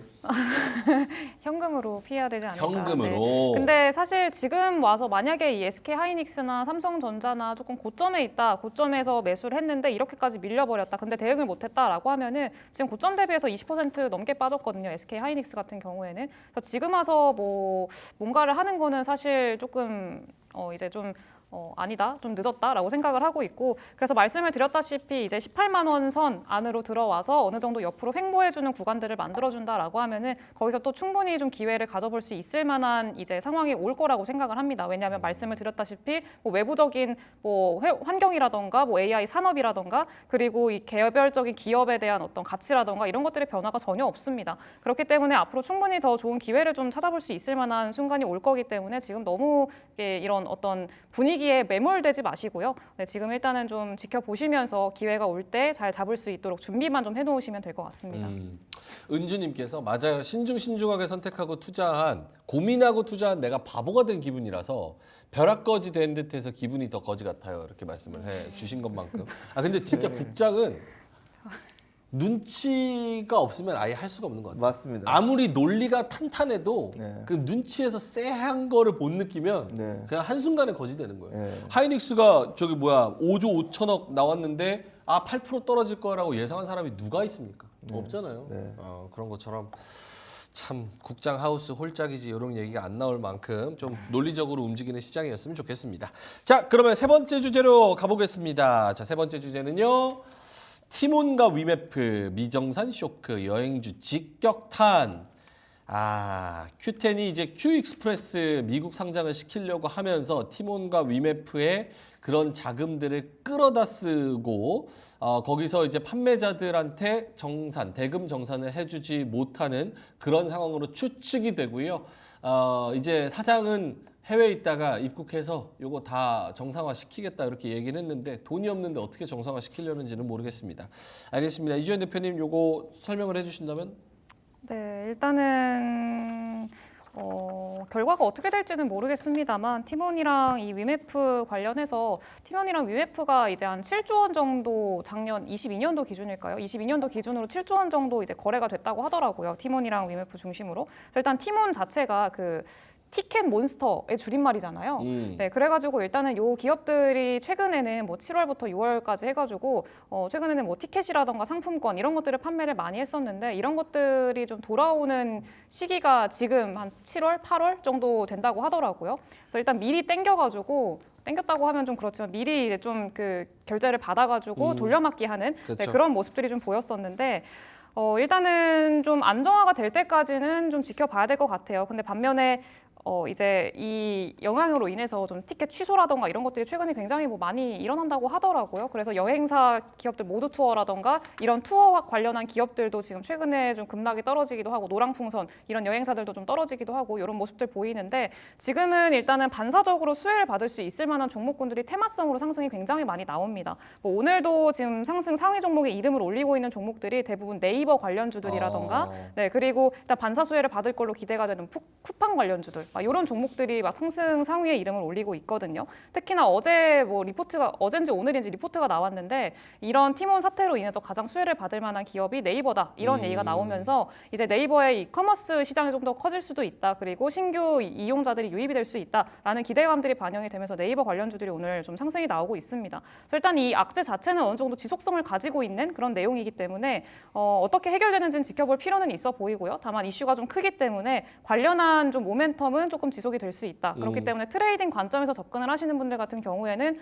조금 더 지켜볼 필요는 있어 보인다라고 좀 생각이 듭니다. 요거는 뭐 어떻게 해결이 되기가 어려운 것 같아요. 유동성이 경색이 된 그런 상황이고 머지포인트 사태랑 비슷한 그런 양상인데 쿠팡이 적자 날 때 치킨 게임을 하던 그 양상을 좀 따라가려다가 결국은 버티지 못하고 유동성이 이렇게 된 건데 머지포인트 그 당사자들은 다 지금 구속돼서 감옥에 있습니다. 그래서 저 머지포인트 물렸습니다. 물렸어요? 네, 어머. 10만 원. 10만 원. 아이. 10만 원 돈. 네. 10만 원 엄청 큰 돈이잖아. 돈도 아니라는 아니 그게 아니라 나는 아니 그게 10만 원이면 한 달 살아요. 아니 그게 아니라 10만 원이라는 10만 원 주식을 해갖고 뭐가 없어진 줄 알았어요. 아유. 그러니까 금액이 10만 원. 아니 머지 포인트. 요것도 지금 커피 쿠폰 내 거 2만 원 돌려내 막 이렇게 카니님께서도 말씀하시고 사실 여기서도 한 분들 되게 많아요. 요 저기 위메프 티몬 여기서 사시는 분들 많은데. 소비자 입장에서는 굉장히 안타까운 뉴스고 그냥 요 산업적으로 봤을 때는 이런 것들이 되풀이되지 않도록 당국이 좀 조치를 취해야 될 것 같습니다. 여기 코멘트 없으시죠? 네 안타깝죠. 티몬 안 쓰시죠? 안 씁니다. 인터파크? 인터파크 씁니다. 인터파크는 쓰시고 네. 인터파크도 같이 엮여 있습니다. 그래요? 네. 알겠습니다. 자 그러면 요 머지포인트 사태 제2의 티몬 위에프 미정산 쇼크 여행주 직격탄 이렇게 잡았는데 뭐 작가님이 좀 궁금하시다고 하더라고요. 여행주는 요거 때문에 직격탄을 맞는 게 맞습니까? 오늘 하락 종목이 거의 90%이기 때문에 같이 떨어지는 게 맞습니까? 뭐 어떻게 갈라치기를 해야 되는 거예요?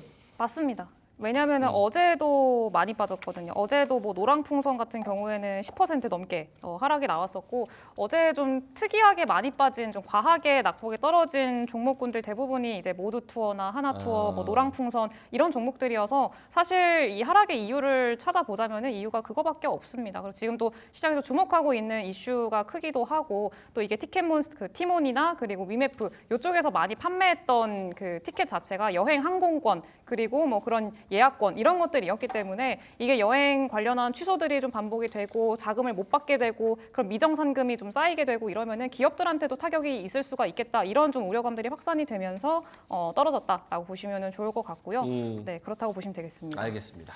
그래서 여행 관련주 뭐 지금 당장으로서는 그렇게 크게 관심이 없으실 거예요. 여행 관련주. 근데 그래도 혹시나 들고 계신 분들 그리고 들어가려고 하셨던 분들은 이런 노이즈가 있다는 거는 잘 참고해 보시면 좋을 것 같습니다. 자, 그러면은 마무리를 슬슬 해야 되는데 5장 공략주 한번 보겠습니다. 두 분.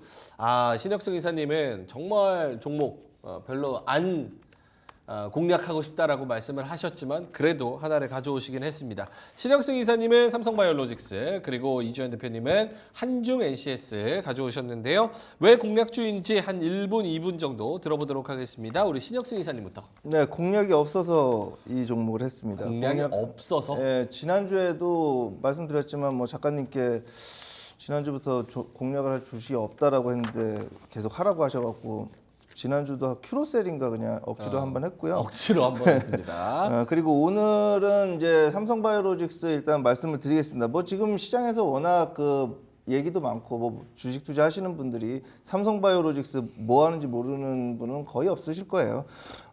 일단 우리나라 바이오 어떤 기업의 뭐 대장급이다. 지금 셀트리온과 함께 바이오 시장에 대해서 어떤 분위기를 조성하는 가장 바로미터다 이렇게 보시면 될 것 같은데 뭐 실적이 뭐 엄청나게 좋았죠. 그리고 뭐 그와 함께 이제 사공장 가동률 상승으로 이제 이익 증가 추세가 뭐 계속 유효된다 뭐 이런 얘기들이 있고 뭐 향후 추가 수주에 따른 뭐 오공장 뭐 연결 계약 기대 뭐 이런 것들이 계속 시장에서 이제 나오고 있는 얘기들입니다. 그러나 이제 결론적으로 봤을 때 그래도 바이오 기업들은 실적하고는 조금 이제 궤를 달리하고 있기 때문에 그 와중에도 실적이 잘 나왔다는 거는 뭐 우리가 서두에도 말씀드렸지만 SK 하이닉스 뭐 이런 것처럼 실적이 아무리 좋아도 향후에 좀 어떻게 될지 좀 뭐 두렵다 이랬을 때 빠지는 것과는 좀 달리 그래도 바이오 기업은 그런 쪽에서는 좀 안전판 역할을 할 수 있지 않을까. 뭐 지금 뭐 삼성바이오로직스는 뭐 위치도 뭐 우상향을 하고 있고 뭐 굉장히 좋은 흐름입니다. 네. 오늘 정도면은 충분히 뭐 매수 가능하다. 뭐 가격 전략까지 말씀드리면 뭐 현재가 목표가는 뭐 의미적으로 이제 100만 원 잡아놨고요. 네. 손절가는 짧게 83만 원 한번 말씀드려보겠습니다. 알겠습니다. 삼성바이오로직스 관심 있으신 분들은 신혁승 이사님이 등 떠밀려서 추천한 거라는 거는 좀 변수에 두시고 참고를 해보시면 좋을 것 같습니다. 자, 그러면 이주연 대표님 한 1, 2분 드릴 수 있을 것 같은데 한중 NCS. 네, 일단은 최근에 ESS 관련한 이슈들이 좀 부각이 되다가 조금 뭐 2차 전지 관련주들이 이제 좀 이렇게 크게 하락하면서 같이 좀 힘이 빠졌었습니다. 근데 일단은 한중 NCS 같은 경우에는 어느 정도 힘이 좀 남아있는 그런 모습들이 보였고요. 그리고 좀 ESS 관련해서는 대장이라고 보시면 좋을 것 같습니다. 이번에 그 테슬라가 실적 발표를 했었는데 그 안에서 좀 뜯어보게 되면은 전체적인 순이익이 마이너스 40% 이상 좀 하락을 했거든요. 근데 그 안에서 ESS 같은 경우에는 100% 늘었었습니다. 그래서 일단 ESS 관련한 사업이 지금 좀 확대가 되고 있다라는 거를 이제 그 실적 발표를 통해서 볼 수 있었다라고 보시면 좋을 것 같고요. 그래서 일단 한중 NCS 같은 경우에는 그 국내에서 유일하게 그 순행식 ESS 냉각 시스템을 양산화에 성공한 그런 기업이기도 하고요. 그리고 이제 삼성 SDI가 이번에 그 1조 원대 대규모 수주를 받았다 이런 이슈가 나왔었는데 이제 그 관련해서 수혜를 받을 수 있을 만한 기업이기도 합니다. 삼성 SDI의 그 SBB라고 해가지고 삼성 배터리 박스거든요. 이거 1.5 모델에다가 이 제품을 탑재하고 있는 그런 상황이기 때문에 관련한 내용 좀 확인해 보시면 될 것 같고요. 그리고 전기차 업체 전체적으로 좀 부진한 상황에서 ESS가 그래도 어느 정도 이 부진함을 상쇄시켜 줄 수 있을 거라는 기대감이 현재 있는 상황이기 때문에 그런 점들까지 참고를 해보시면 좋을 것 같습니다. 알겠습니다. 한중 NCS 목표가는 53,000원 적어주셨고요. 손절가는 36,000원 적어주셨습니다. 자, 그러면 두 분과는 여기서 좀 인사를 드려야 될 것 같은데요. 이 종목 벌써 일어나시려고요? 아니 끝난 거 아닌가요? 아니 멘트도 안 쳤는데 바로 일어나시면 어떡합니까? 자, 알겠습니다. 그러면 신혁승 이사님과 우리 이주연 대표님과 저는 여기서 좀 인사를 드리도록 하겠습니다. 오후장에는 조금 더 힘을 내기를 바라면서 저희는 내일 알찬 정보 들고 찾아뵙도록 하겠습니다. 오늘도 함께해 주셔서 대단히 고맙습니다. 감사합니다.